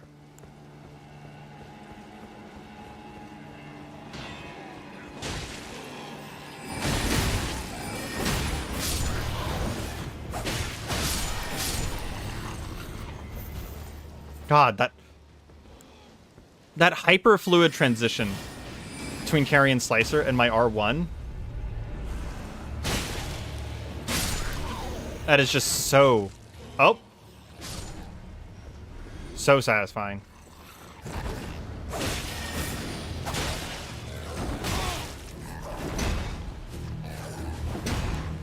You almost killed me.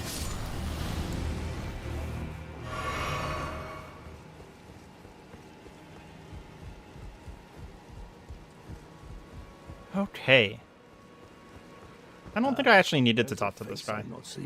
Yeah, I actually don't think I need to talk to this guy. He just has a tragic story. I mean, who cares, right? It's Elden Ring. Of course you have a tragic story. You exist in Elden Ring. I mean, this is the place you call home. Like, come on, bro. Of course you have a tragic story. It's not like you're special. In fact, I would argue that the handful of people in this game that actually have really positive and amazing stories that talk about them having success and they're getting what they want, those are the people who are special in Elden Ring. Imagine going to Elden Ring and be like, oh wow, I got a raise. Everyone would be like, holy shit, how'd you get a raise? Did someone have to die? It's like, no, someone was just like, hey, you did a good job and got a raise. And people would just be like, I have no idea how that happens. It's impossible. Perhaps you are in fact the next Elden Lord, for you did not in fact have a miserable end to your story. I love Elden Ring, by the way. This is just funny. We're gonna level up some vitality for a little while now. Probably don't get up to like 20 vitality because I don't enjoy being one shot. It is not. I landed on the guy and it made it so I didn't take damage. That was cool. But there's a thing above me I want that I should probably go back for in a moment here. Okay, so after the R1 is a really good place to blend in the Carrion Slacer. Perhaps you are in fact the next Elden Lord. Yeah.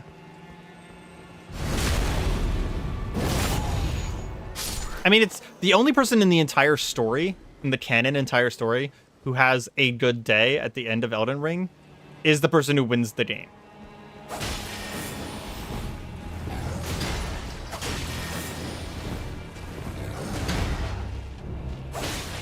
Oh, I can't backstab that guy. I also suspect I can't parry him, so I'm not even going to try. Ah! The delay! So much delay!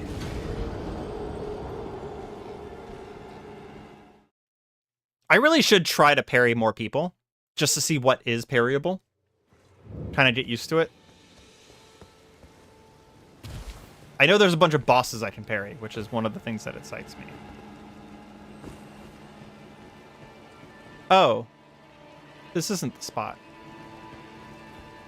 Which means I can just go down here, right? Yeah. The spot that I'm thinking about is up ahead.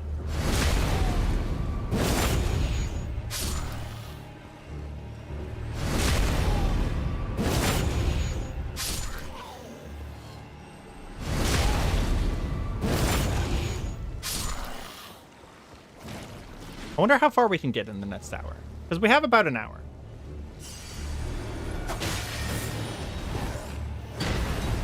Probably can't parry that. Okay, can't parry that. I think I got the frames almost exactly. We can't parry his relatively normal swing. I'm going to say that this guy is unparryable. We should reduce the costs of sorcery, though. That might be a good idea. Also, we'll probably want to do the Renala's Castle. I forgot what it's called right now. Legacy of Caria. We'll want to do Hogwarts because there's a Radagon charm there that will make our spells faster. And it won't matter too much for like Carrion Sorcery because it doesn't really remove any frames from Carrion Sorcery, but it will remove a couple frames from some of the later spells that we're going to be using. So it'll be good to have, although we'll probably not use it too much. There is a guy over here, but it's just a heal refresh.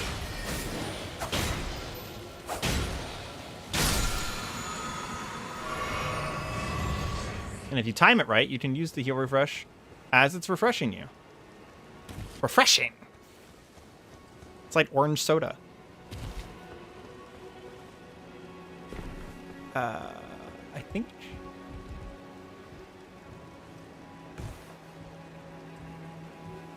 Go. Smithing stone. There's a stone sword key around here somewhere. I'm kind of forgetting where it is right now, I'll admit.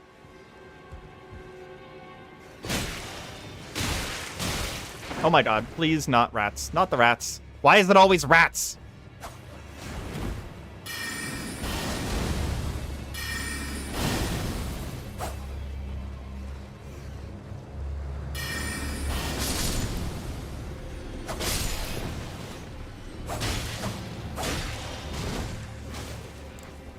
Ah! I pressed way too many buttons there. Whew. Fucking rats! Okay.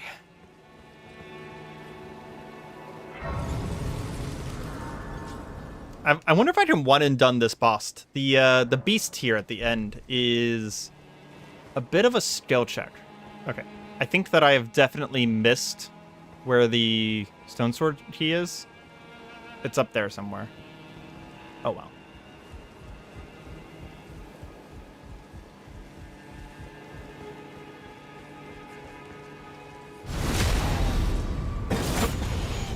It's not the biggest deal. You know what? I'm just not going to kill you. Pounce. Ah! Please don't kill me, jellyfish. I like jellyfish.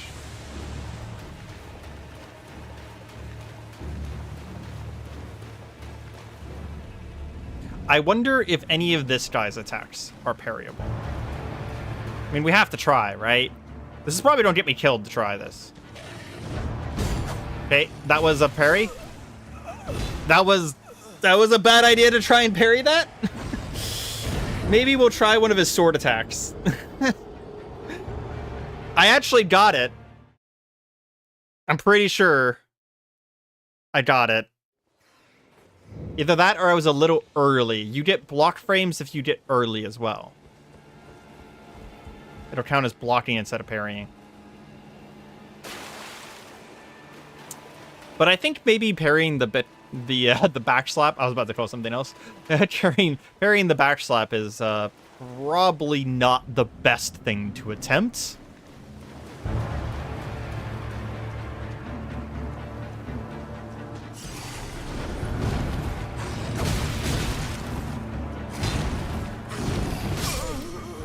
Ooh, I rolled the wrong way. Okay. Okay, Miss Begotten. I see you.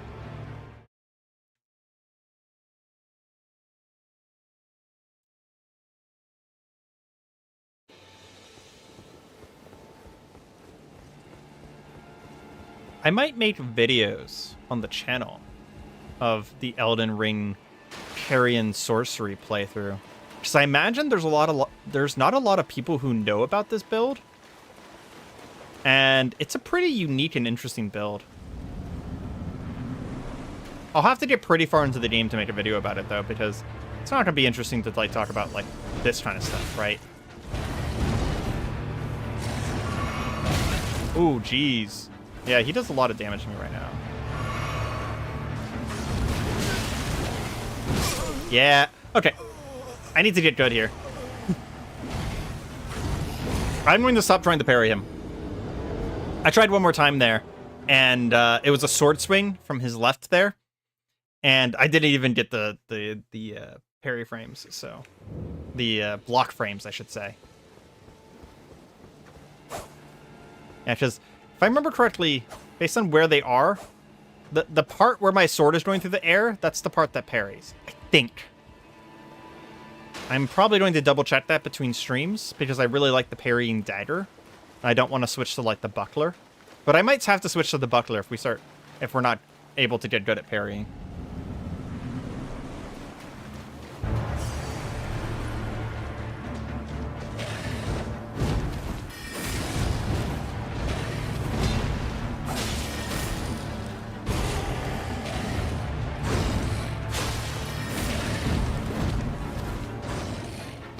Oh, wow, he went so far with that.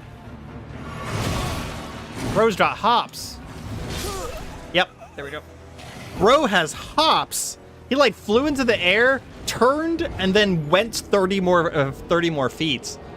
I mean, call me impressed. Guy has a mastery of physics. That's some anti-gravity control shit there. Very cool. I do actually mean that legitimately. But, now we know.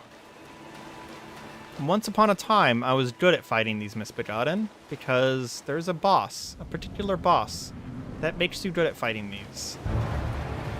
I have lost that skill.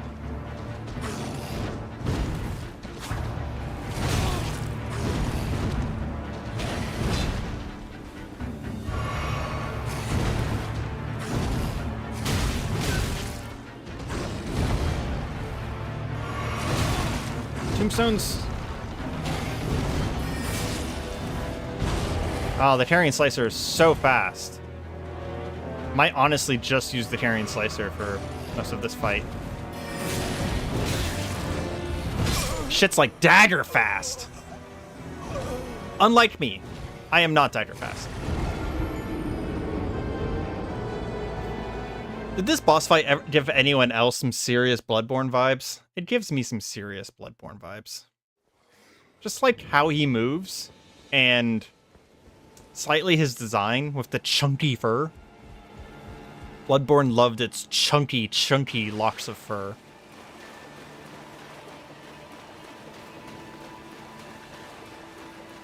If you're watching, or if you're watching the VOD, you're going to have to get ready for me to die a bunch of times to bosses, because that is basically this game.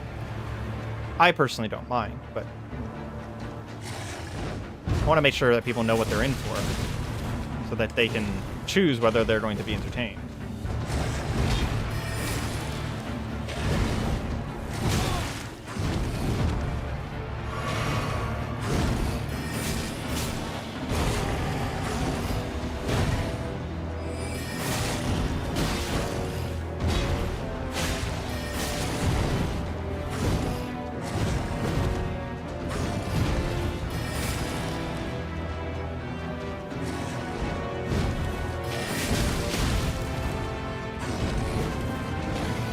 Nope. Oh my gosh. Okay. I healed the same amount he hurt me.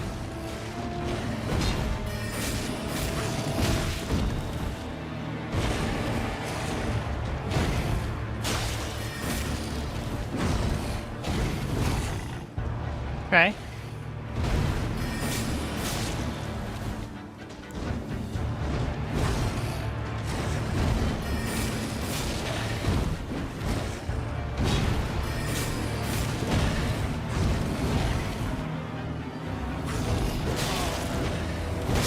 No! I tried to use my Fizzit Flask, and I actually forgot how I forgot where I bound it for a second. Ah, that was completely my fault. That's very disappointing. I probably could have won that if I just ignored using the Fizzit Flask and went back in to fight him. Damn. Yeah, I forgot what button I bound it to. So I have it on my quick bar instead of having it on my hot bar. Ah, that was really unfortunate. Because we have this. That's why it's unfortunate. We literally had him dead. Not even dead to rights. He was just actually dead. He had like 2 slicers left.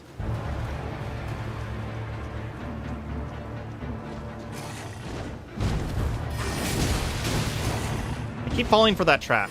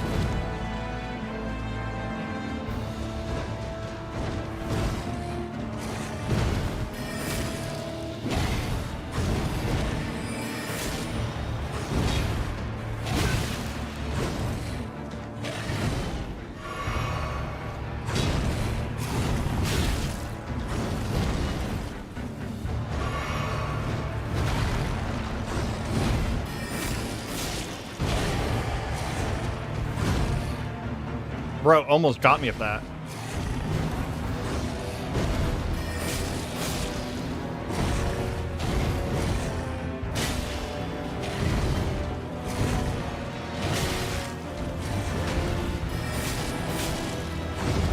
No greed? And he's dead. That felt good. Grafted Blade to Greatsword.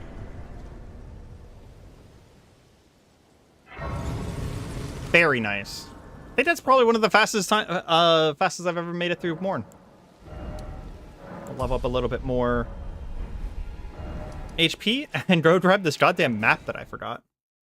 And we'll kill both these bosses as well. I feel a lot more confident about killing them now. Is it nighttime? It is morning. We need to go to night.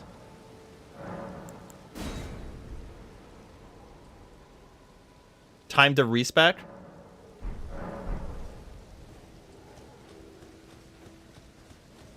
Are you respecting an Elden Ring, or are you saying that I should respec?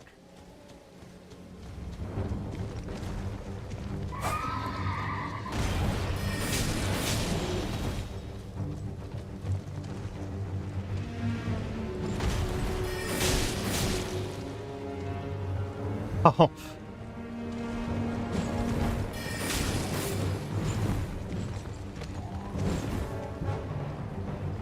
Are you going to be playing Helldivers with us tonight, Mahari? There's a huge update. They added a lot of stuff that I think you're going to be pretty excited about. Weapon customizations, they added... yeah, you can like actually customize your weapon like FPS style now. They added a bunch of new enemies with the Protoss. I forgot what they're called right now. Yeah, RSPK and I were talking about playing it later tonight. That's why I have limited time on the stream. Specifically because I wanted to play that.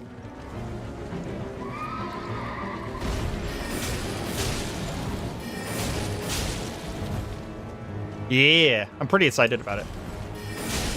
I don't know what I'm more excited about, the fact that you can customize primaries now, or the fact that there's more enemies for the Illuminate.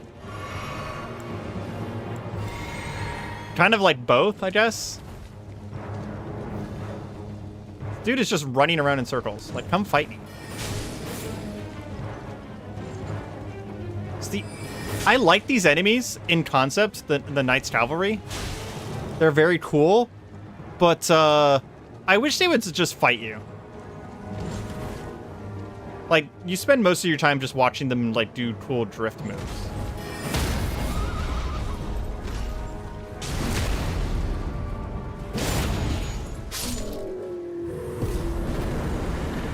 Like, he wasn't even terribly hard. He just kept drifting around like an idiot. Now that I actually have some damage, I'm not, like, struggle busting and making things a lot harder than they should be. Okay, let's go fight the other Knight boss, which is actually going to be hard. A lot harder. We'll also pick up the map while we're here. And then we need to go to all of the various churches to make sure that we get all of America's bird tree seed thingies. There's the map. And then the Knight boss is over here. Again, we're just fighting this guy for runes. We don't actually need anything from him. He's just cool.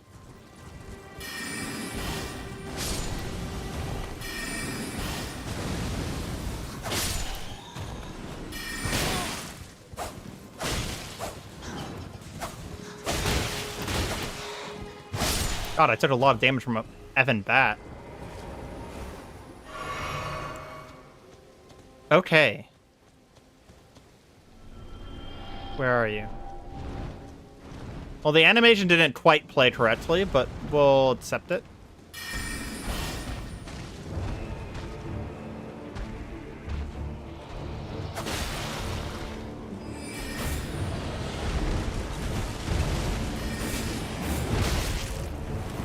Yeah, good luck. Oh, I mean, I need it. This guy's actually hard.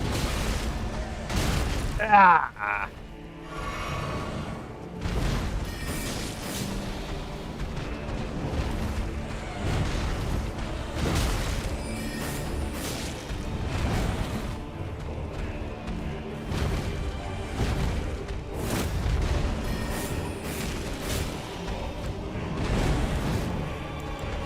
How have I used all my flasks already?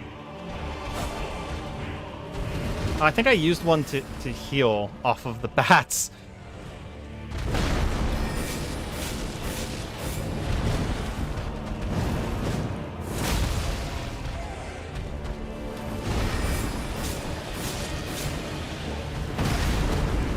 Got it. Okay, fair.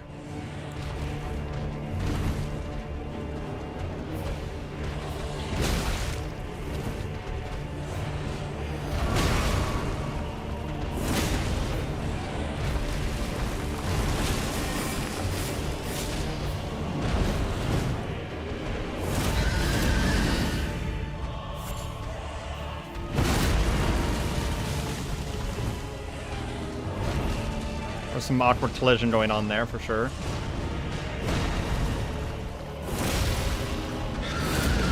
No, don't kill me.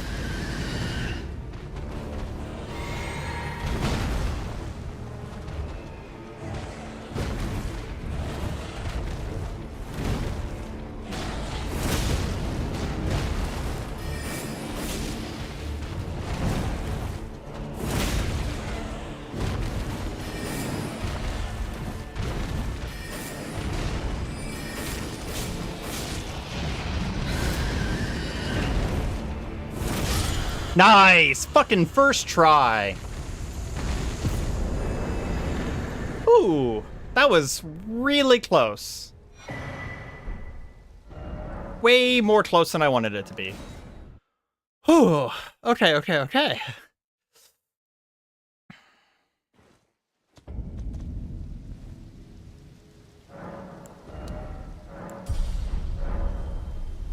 Whew. Okay, let's find these churches America now. Now that we've had some nice hardy bosses, we can go and do something a little bit more fucking chill.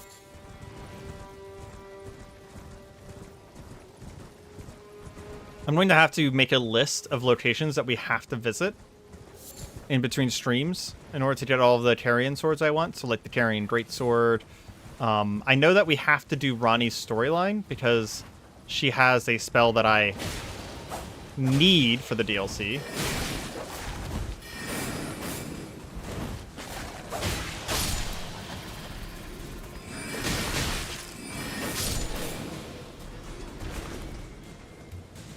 And by need, I mean, like, I just want it very, very, very, very, very much. It's a very good spell.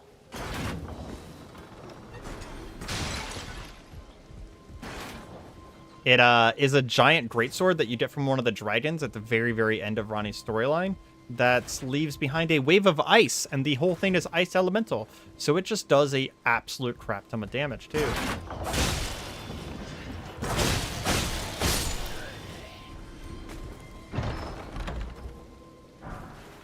Hand ballista. Okay. I did not need this.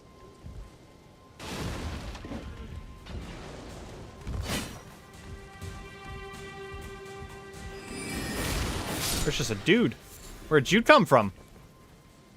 I need to parry more. I need to keep reminding myself that I need to parry more. I'm not parrying enough for the what is supposed to be a parry build. Part of it is because, well, bosses exist. And the other part of it is just not used to having to do it. It's not in my mental repertoire yet.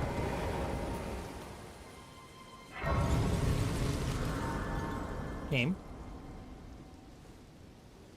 Whenever it has the light spike like that, it's because my controller has come slightly or partially unplugged, which is always very concerning. I think after this, we will skip Stormveil Castle and head straight into Liurnia. Okay, can't parry him. Did try. That's the run flask.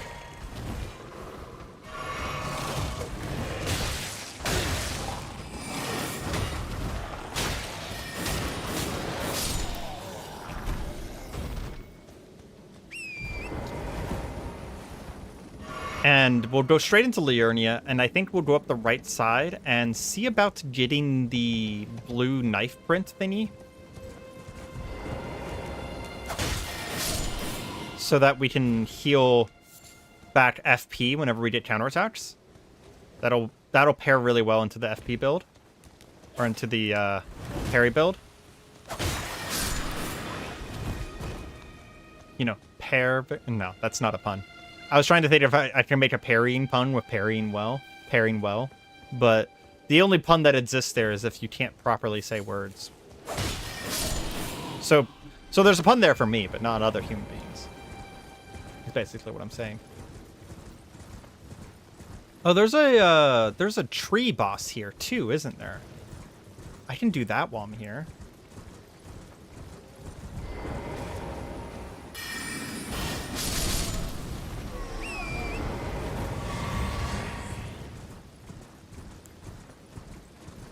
The more I think about it, the more I think that I am going to pseudo-minimal, just like kind of pseudo-do the minimal amount of things in Elden Ring in order to get to the DLC.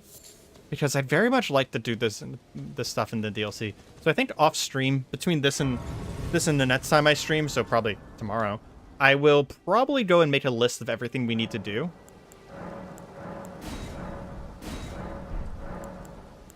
Just so that I'm not doing a bunch of extra stuff.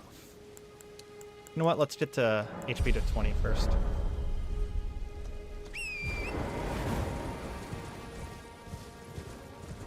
And then, like I said, if we ever want any souls, instead of grinding or doing the Moog fast souls route, we'll come back to the main game and find some boss to kill in order to level up. I think that'll be a good way of doing things. Just again, I've played this game way too many times. And it's not like there's going to be like 30 people watching this anyways. It's going to be like 5 at maximum. So I don't think anyone's going to mind if I skip a chunk of game. If you want to see the entirety of Elden Ring start to finish, I'm sure there's people out there who've done it at least once.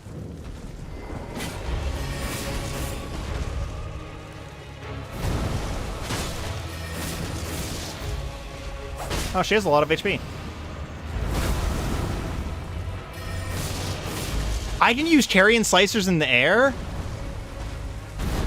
Oh, that's cool. That's just a weapon at this point. It's not even a spell. Oh, we gotta run.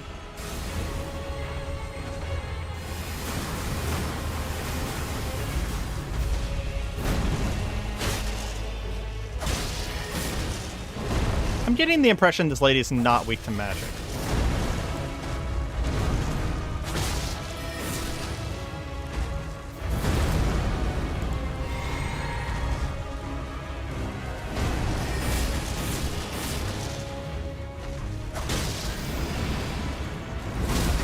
Oh, I tried to do the cool dodge in thing that you can do there.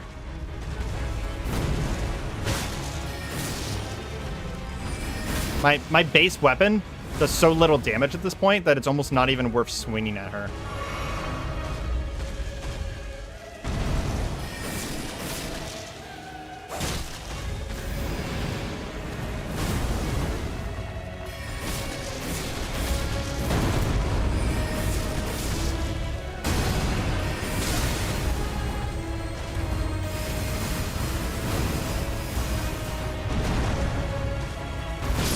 No! What?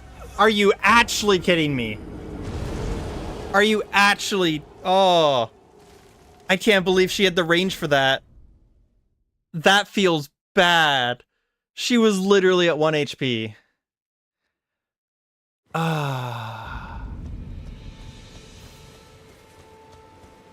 Okay. Just means that we can do it this time. There's even running attacks for the carrion? Interesting. I'm honestly not going to waste my time swinging my weapon.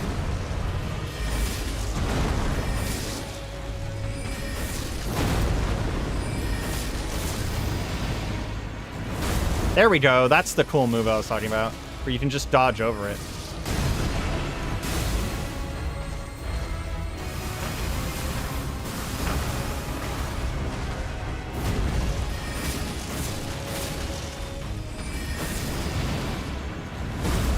Like that. Oh, I'm out of FP. I definitely need some FP mitigation. Oh man, am I going to have to wear the beetle hood? I might have to wear the beetle helmet. At least for a short little while. Maybe I don't, just for aesthetics. But there's a beetle helmet in Legacy of Caria that decreases the FP of your skills pretty dramatically. But you are just wearing an entire beetle on your head at that point. Not the most aesthetically pleasing thing to put on. Oh, we actually needed to kill this boss. That was the Opaline. Very nice. Okay, we got like one more Church America. Opaline is the one where you get 1 free hit. It's one of my favorite tiers to use.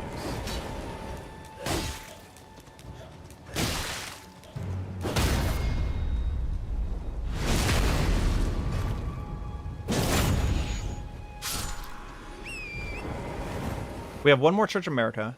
And then we are done with this area, and then we'll skip past Stormveil Castle and go straight to Liurnia.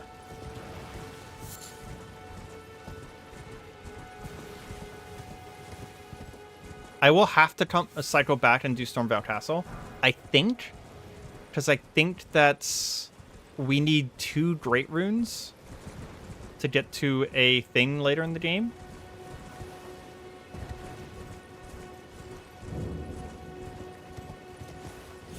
And I think that's... it's going to be a lot easier if we do Stormveil Castle than doing like Rykard or something like that. I don't think I want to go and get Rykard's rune. We can pretty much guarantee that I'm probably not going to even do Rykard this month.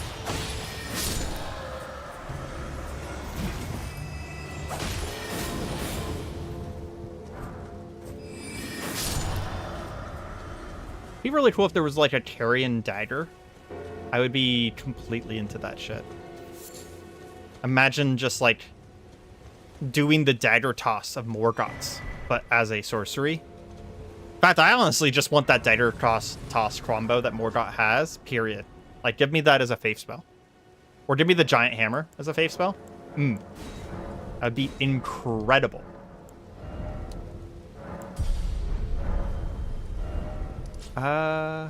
We can do this Weeping Evertrail while we're here.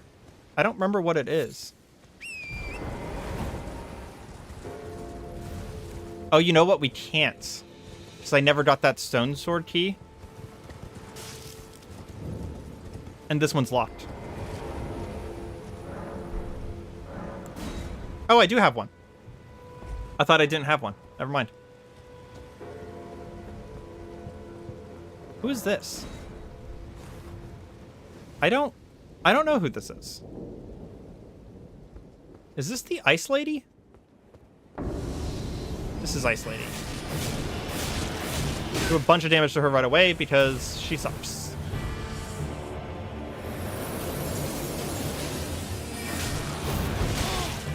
Yep.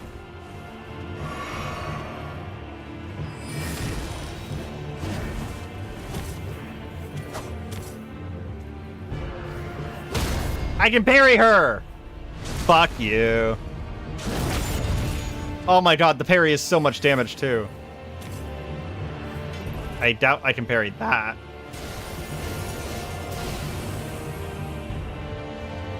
So cool.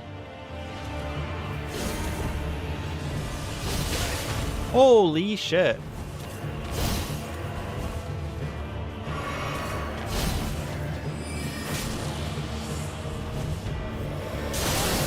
Okay, yep. Is that more Ice Storm? Cool.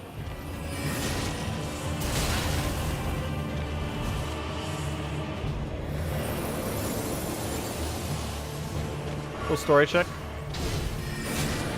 I may not try and parry her again.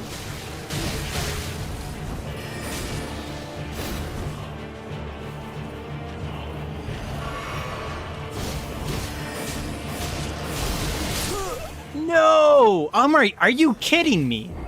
That's another boss that I died with 1 HP on the boss. Rude. Okay.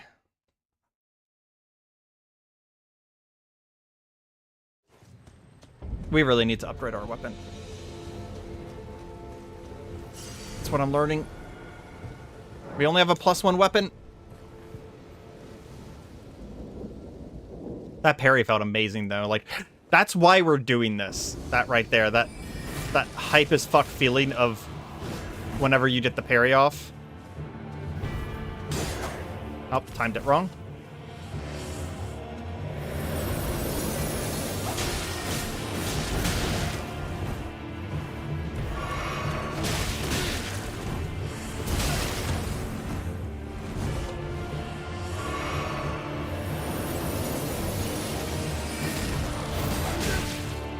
Maybe not parryable.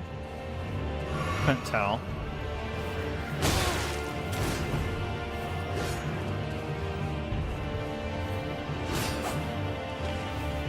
Felt like that one was, though.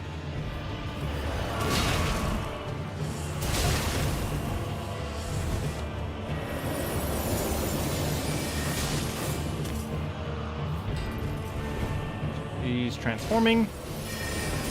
You don't have to be fair.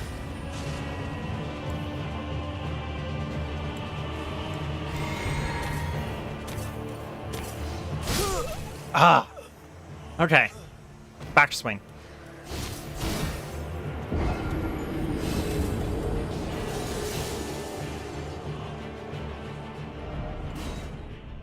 You know, that's one great benefit that Sekiro had, is that every single attack in the game is either parryable or it tells you that it is.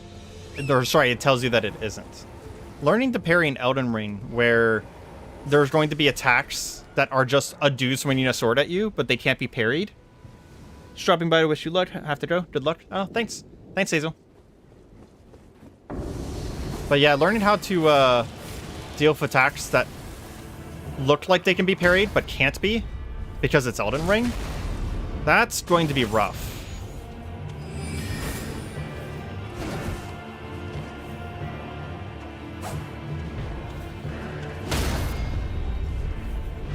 I think we actually can parry more of this lady's attacks than I thought. She's already at half.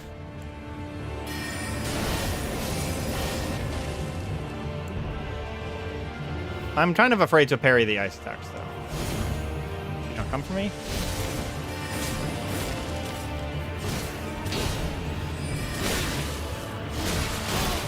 Oh my gosh. Ladies, don't kill me with frostbite. No.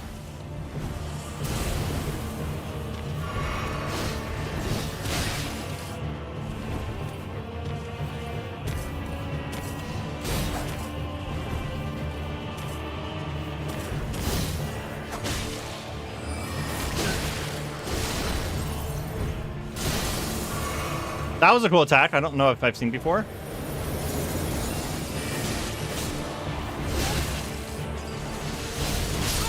Ah, the frostbite ticked over.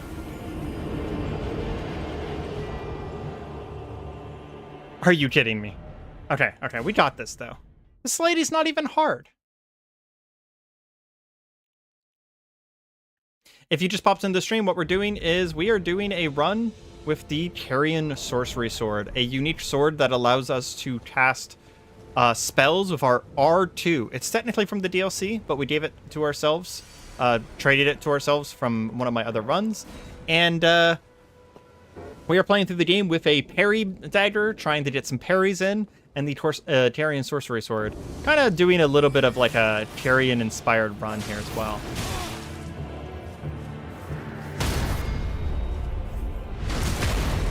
I don't know how to parry in Elden Ring. I'm very bad at it. So we are practicing parrying, among other things.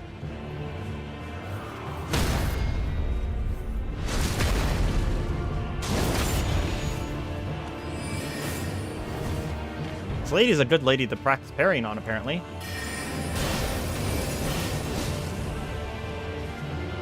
I'm back to being afraid of parrying her now, though. Gonna charge me. I kind of overstayed my welcome there. Hit and run. That's the AoE.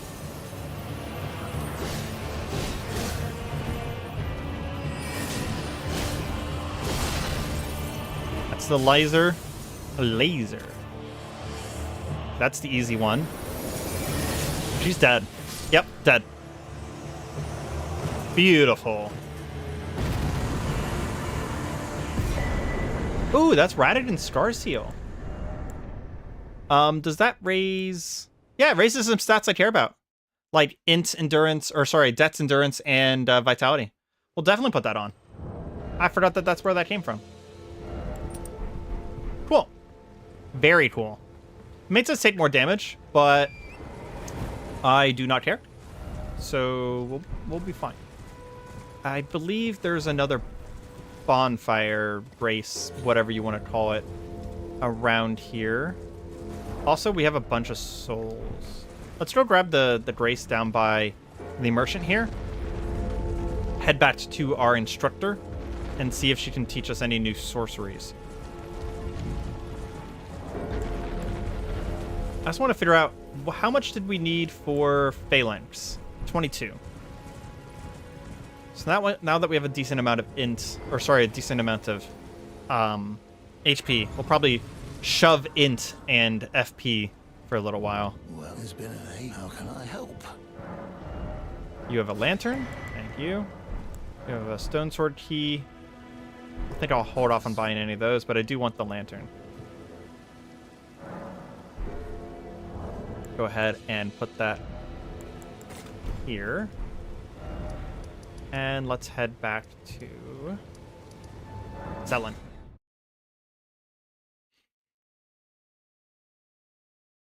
Even if we don't use them and don't intend to use them, I will probably buy every sorcery I come across. Just to kind of have them. Although I won't buy enchantments. That's just a waste of souls. I'll never be able to use them. I can't enchant my weapon, and I won't be using another R1 weapon. I won't be using another right-hand weapon for the remainder of the run, so there's literally no point in enchanting them.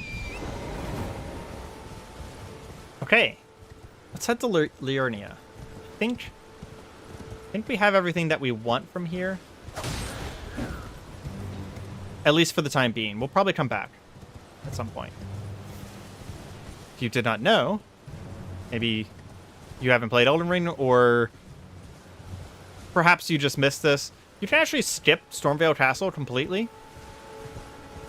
There's a bridge over here that allows you to go around the outside of Stormveil Castle, completely skipping it, because Elden Ring is actually properly an open world game. And by that I mean you can actually do things in different orders, and like if you get stuck on a boss or something, you just go somewhere else. Like there's no reason to bash your head against something unless you are like me and you just want to. And even I don't bash my head against something that I feel like I'm just going to be out damaged. Like if it's just too much damage or too much HP, just go get some more damage somewhere. Game's so big.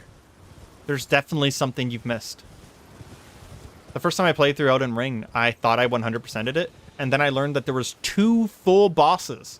One of them is a named boss that is like a big fucking deal that I just completely missed in the game. Actually, that's a good point. I should go fight that named boss. It's near the end of the game, though. It's in near Fair Missoula, that I just straight up fucking missed. And one of the things that we want is we want to go and talk to Thop down here. He is going to be a quest that we actually can go through. Who did I skip? I skipped the Sewer Mog and Pellucidax. Yeah. I've been to determine if you had. It seems my worries were unfound. Torrent, whereas there is, but I can take gathering. Yeah, let's just not go to the round table hold. We're good. I don't need them. I don't need no help. I'm a big, strong, independent sorcerer. There's another sacred tier. We're already up to +4. You're tarnished, aren't you? Then perhaps you could spare some runes, believe it or not, for a well, bless you. And you only want 10 runes? Like, you can't do anything with 10 runes, bro. My name is Topes. Presuming you're interested, I can teach you sorceries, as promised. Only none of them are particularly great. You have a drastic misunderstanding of your importance, sir. Apologies, friend. I'm afraid my meager sorceries are no match for your generosity. All right. I can tell you what I know about this place. You've seen that structure to the north, towering over the water. That's the Academy of Caria, where we study glintstone sorceries. Only its doors have been closed. You know, if they had moved this guy slightly off to the right, we would have been able to see the castle while he was talking about it. That would have been a really nice shot. The Academy cast repelling seals on the east gate, as you might have guessed, making entry and so on. When they come... Yeah, actually, I do need to ask him about the glintstone key. Sorry, I'm going to be skipping some dialogue because this guy's just not very interesting. Would you I know it, but still. Yeah. Sorry. I do feel bad whenever I skip dialogue because I know some people care, but that guy's just really not interesting. Oh, I guess even if there was a... You know, you can see the castle from here. It would have been cool if they had positioned this guy. Like, there's literally a hole in the wall right next to him. And if they had positioned him, like, here, you would have been able to see the castle over his shoulder and seen the thing that he was talking about. Let's see. What do we want to do first? I think... Well, we need all of the rises from here. A mage's rise gives you extra attunement slots.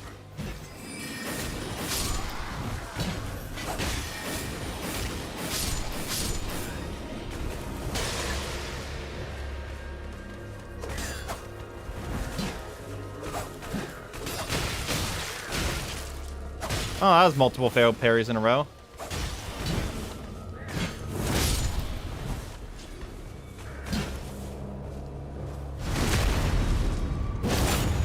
So we want all the rises, and there is a cave here that has like a bunch of smithing materials in it that we definitely want as well. There's a bunch of sorcery just kind of lying around. We definitely need to upgrade our damn weapon. Maybe we do actually have to go back to the round table hold because I am doing so little damage at this point.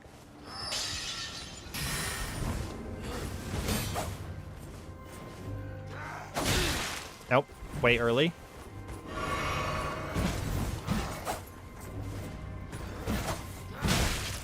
I believe he missed the hitbox. Let's practice a little bit here. There we go. I mean, the riposte damage on this blade is actually something pretty good. And if we get all of the things that increase our riposte damage and stuff like that, it's going to actually be quite sexy.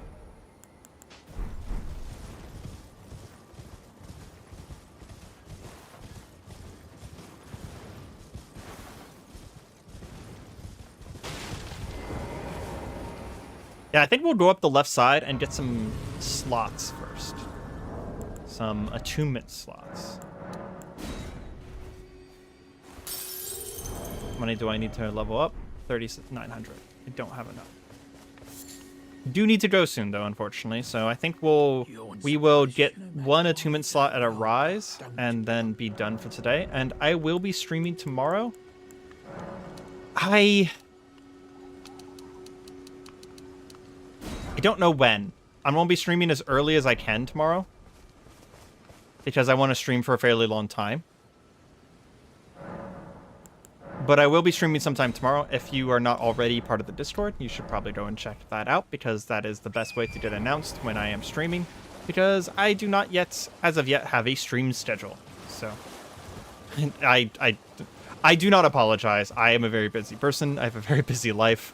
Having a stream schedule prerequisites that you don't have a busy life. Like that is how you get a stream schedule, is by not doing things. So until a lot of things get cut from my life as far as like activities, I'm not going to have a stream schedule. I'm just going to stream whenever I can. But please don't just randomly kill me. Okay. I was trying to get the map, but the stagger when you're on... The amount of stagger you get whenever you're on the horse there, on Torrent, kind of took me by surprise. I do feel like for only streaming for about 2 hours, 2.5 hours, we made some really good progress. We got to Liurnia in 2.5 hours. That's... I would maybe say faster than I've ever done before.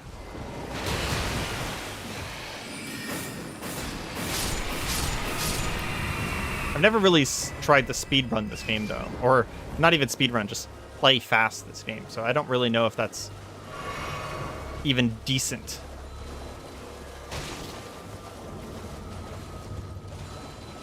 I guess it's probably not, because if I think about it even for 1 second, a speedrunner would be done by now.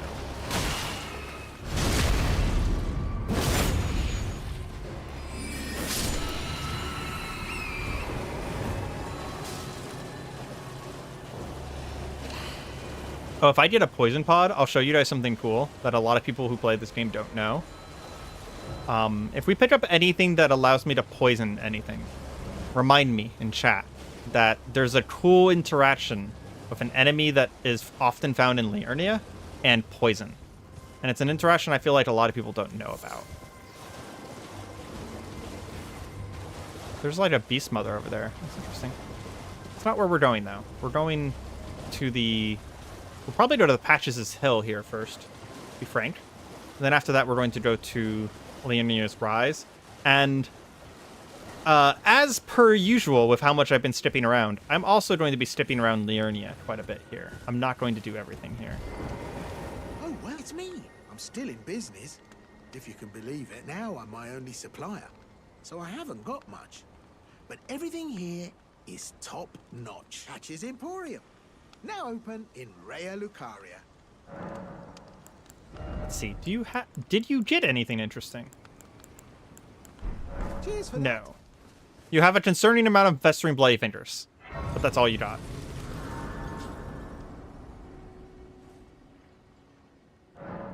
You know, one thing I'm realizing is that I think I've missed a bunch of Erdtree seeds in order to have more flasks.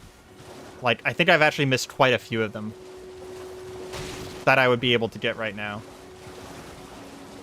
At least one or two.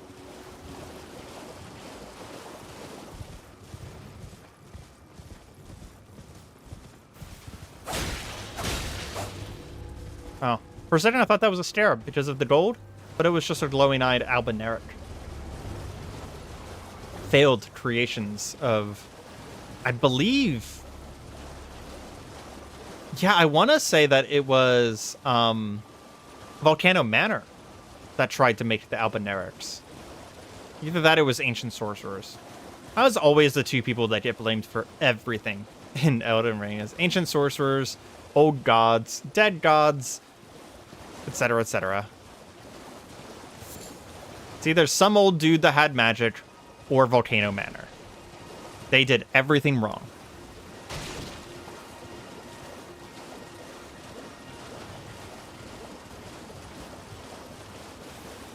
Sief the Stalus is not in the lore of Elden Ring as much as you want it to be. The Albinerics are actually, like, there's lore in Elden Ring about who made the Albinerics, and I've just forgotten who it is right now. Because they were an attempt at creating life. A pretty failed attempt. And then people continue to experiment with them because they have unique properties as alchemical lives. Although Sief the Stale is also a really fun person to just blame everything on. Is it rainy on Tuesday? Oh, well, Sief the Stalus was probably experimenting with the rain. Come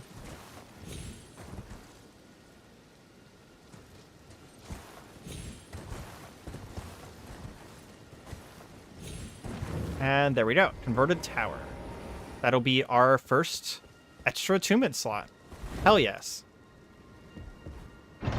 I think we'll end this with a boss fight. There is another Erdtree Guardian right nearby. Let's go kick her ass. She's like right there.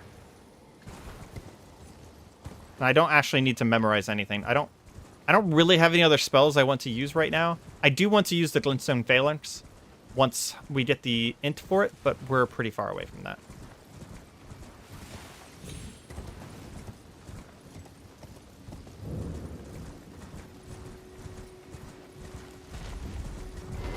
Interestingly enough, even though you can do jump attacks with the Carrion Slicer, you can't jump attack off your horse with it.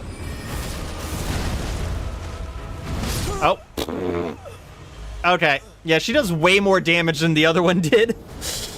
She just insta-killed me. Jesus Christ.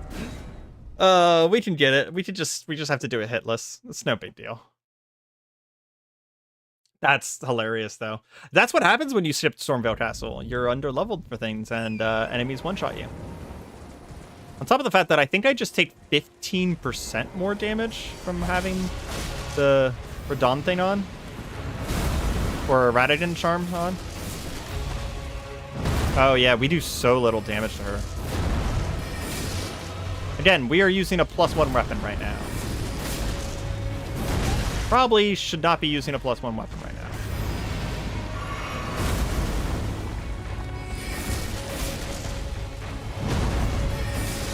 now. I also will say, we cannot parry her. In case that wasn't obvious.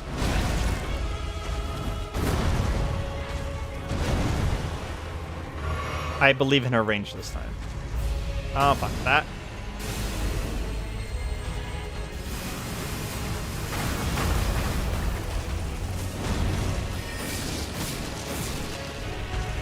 Take a couple FP pots, but I think we got this.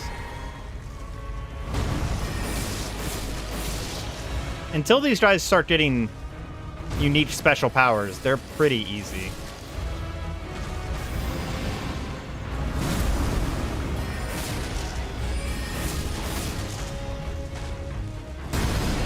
Some of them get some pretty cool powers later. Like, I like the rot ones that do like a rotty butt bump thingy.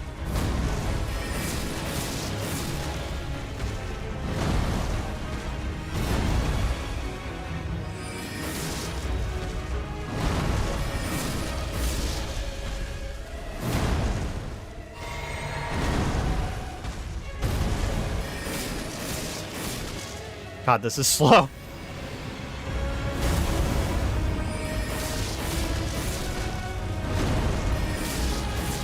Okay, we need to take these souls and go upgrade our weapon.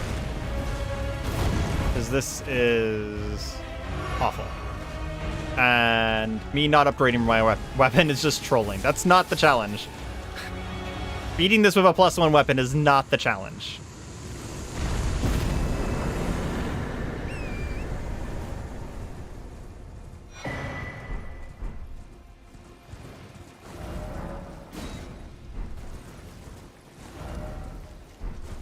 Okay. Well, I will probably... It's almost 7 now, so... As much as I would like to continue, I would very, very much like to continue. Man, those 3 hours just blew past. Jesus Christ. I am going to have to go, because I want to play Helldivers with my friends, and I will upgrade all my shit off screen, and update you guys at the beginning of next stream. I hope you guys have enjoyed. I will be streaming more of Elden Ring all the way up until Nightreign comes out. So if you want to see some of the game, see a cool build, see a bunch of the DLC, because we will be 100%ing the DLC, because I have not beaten it, then, yeah, come check in the future. Otherwise, I hope you guys have a great day, and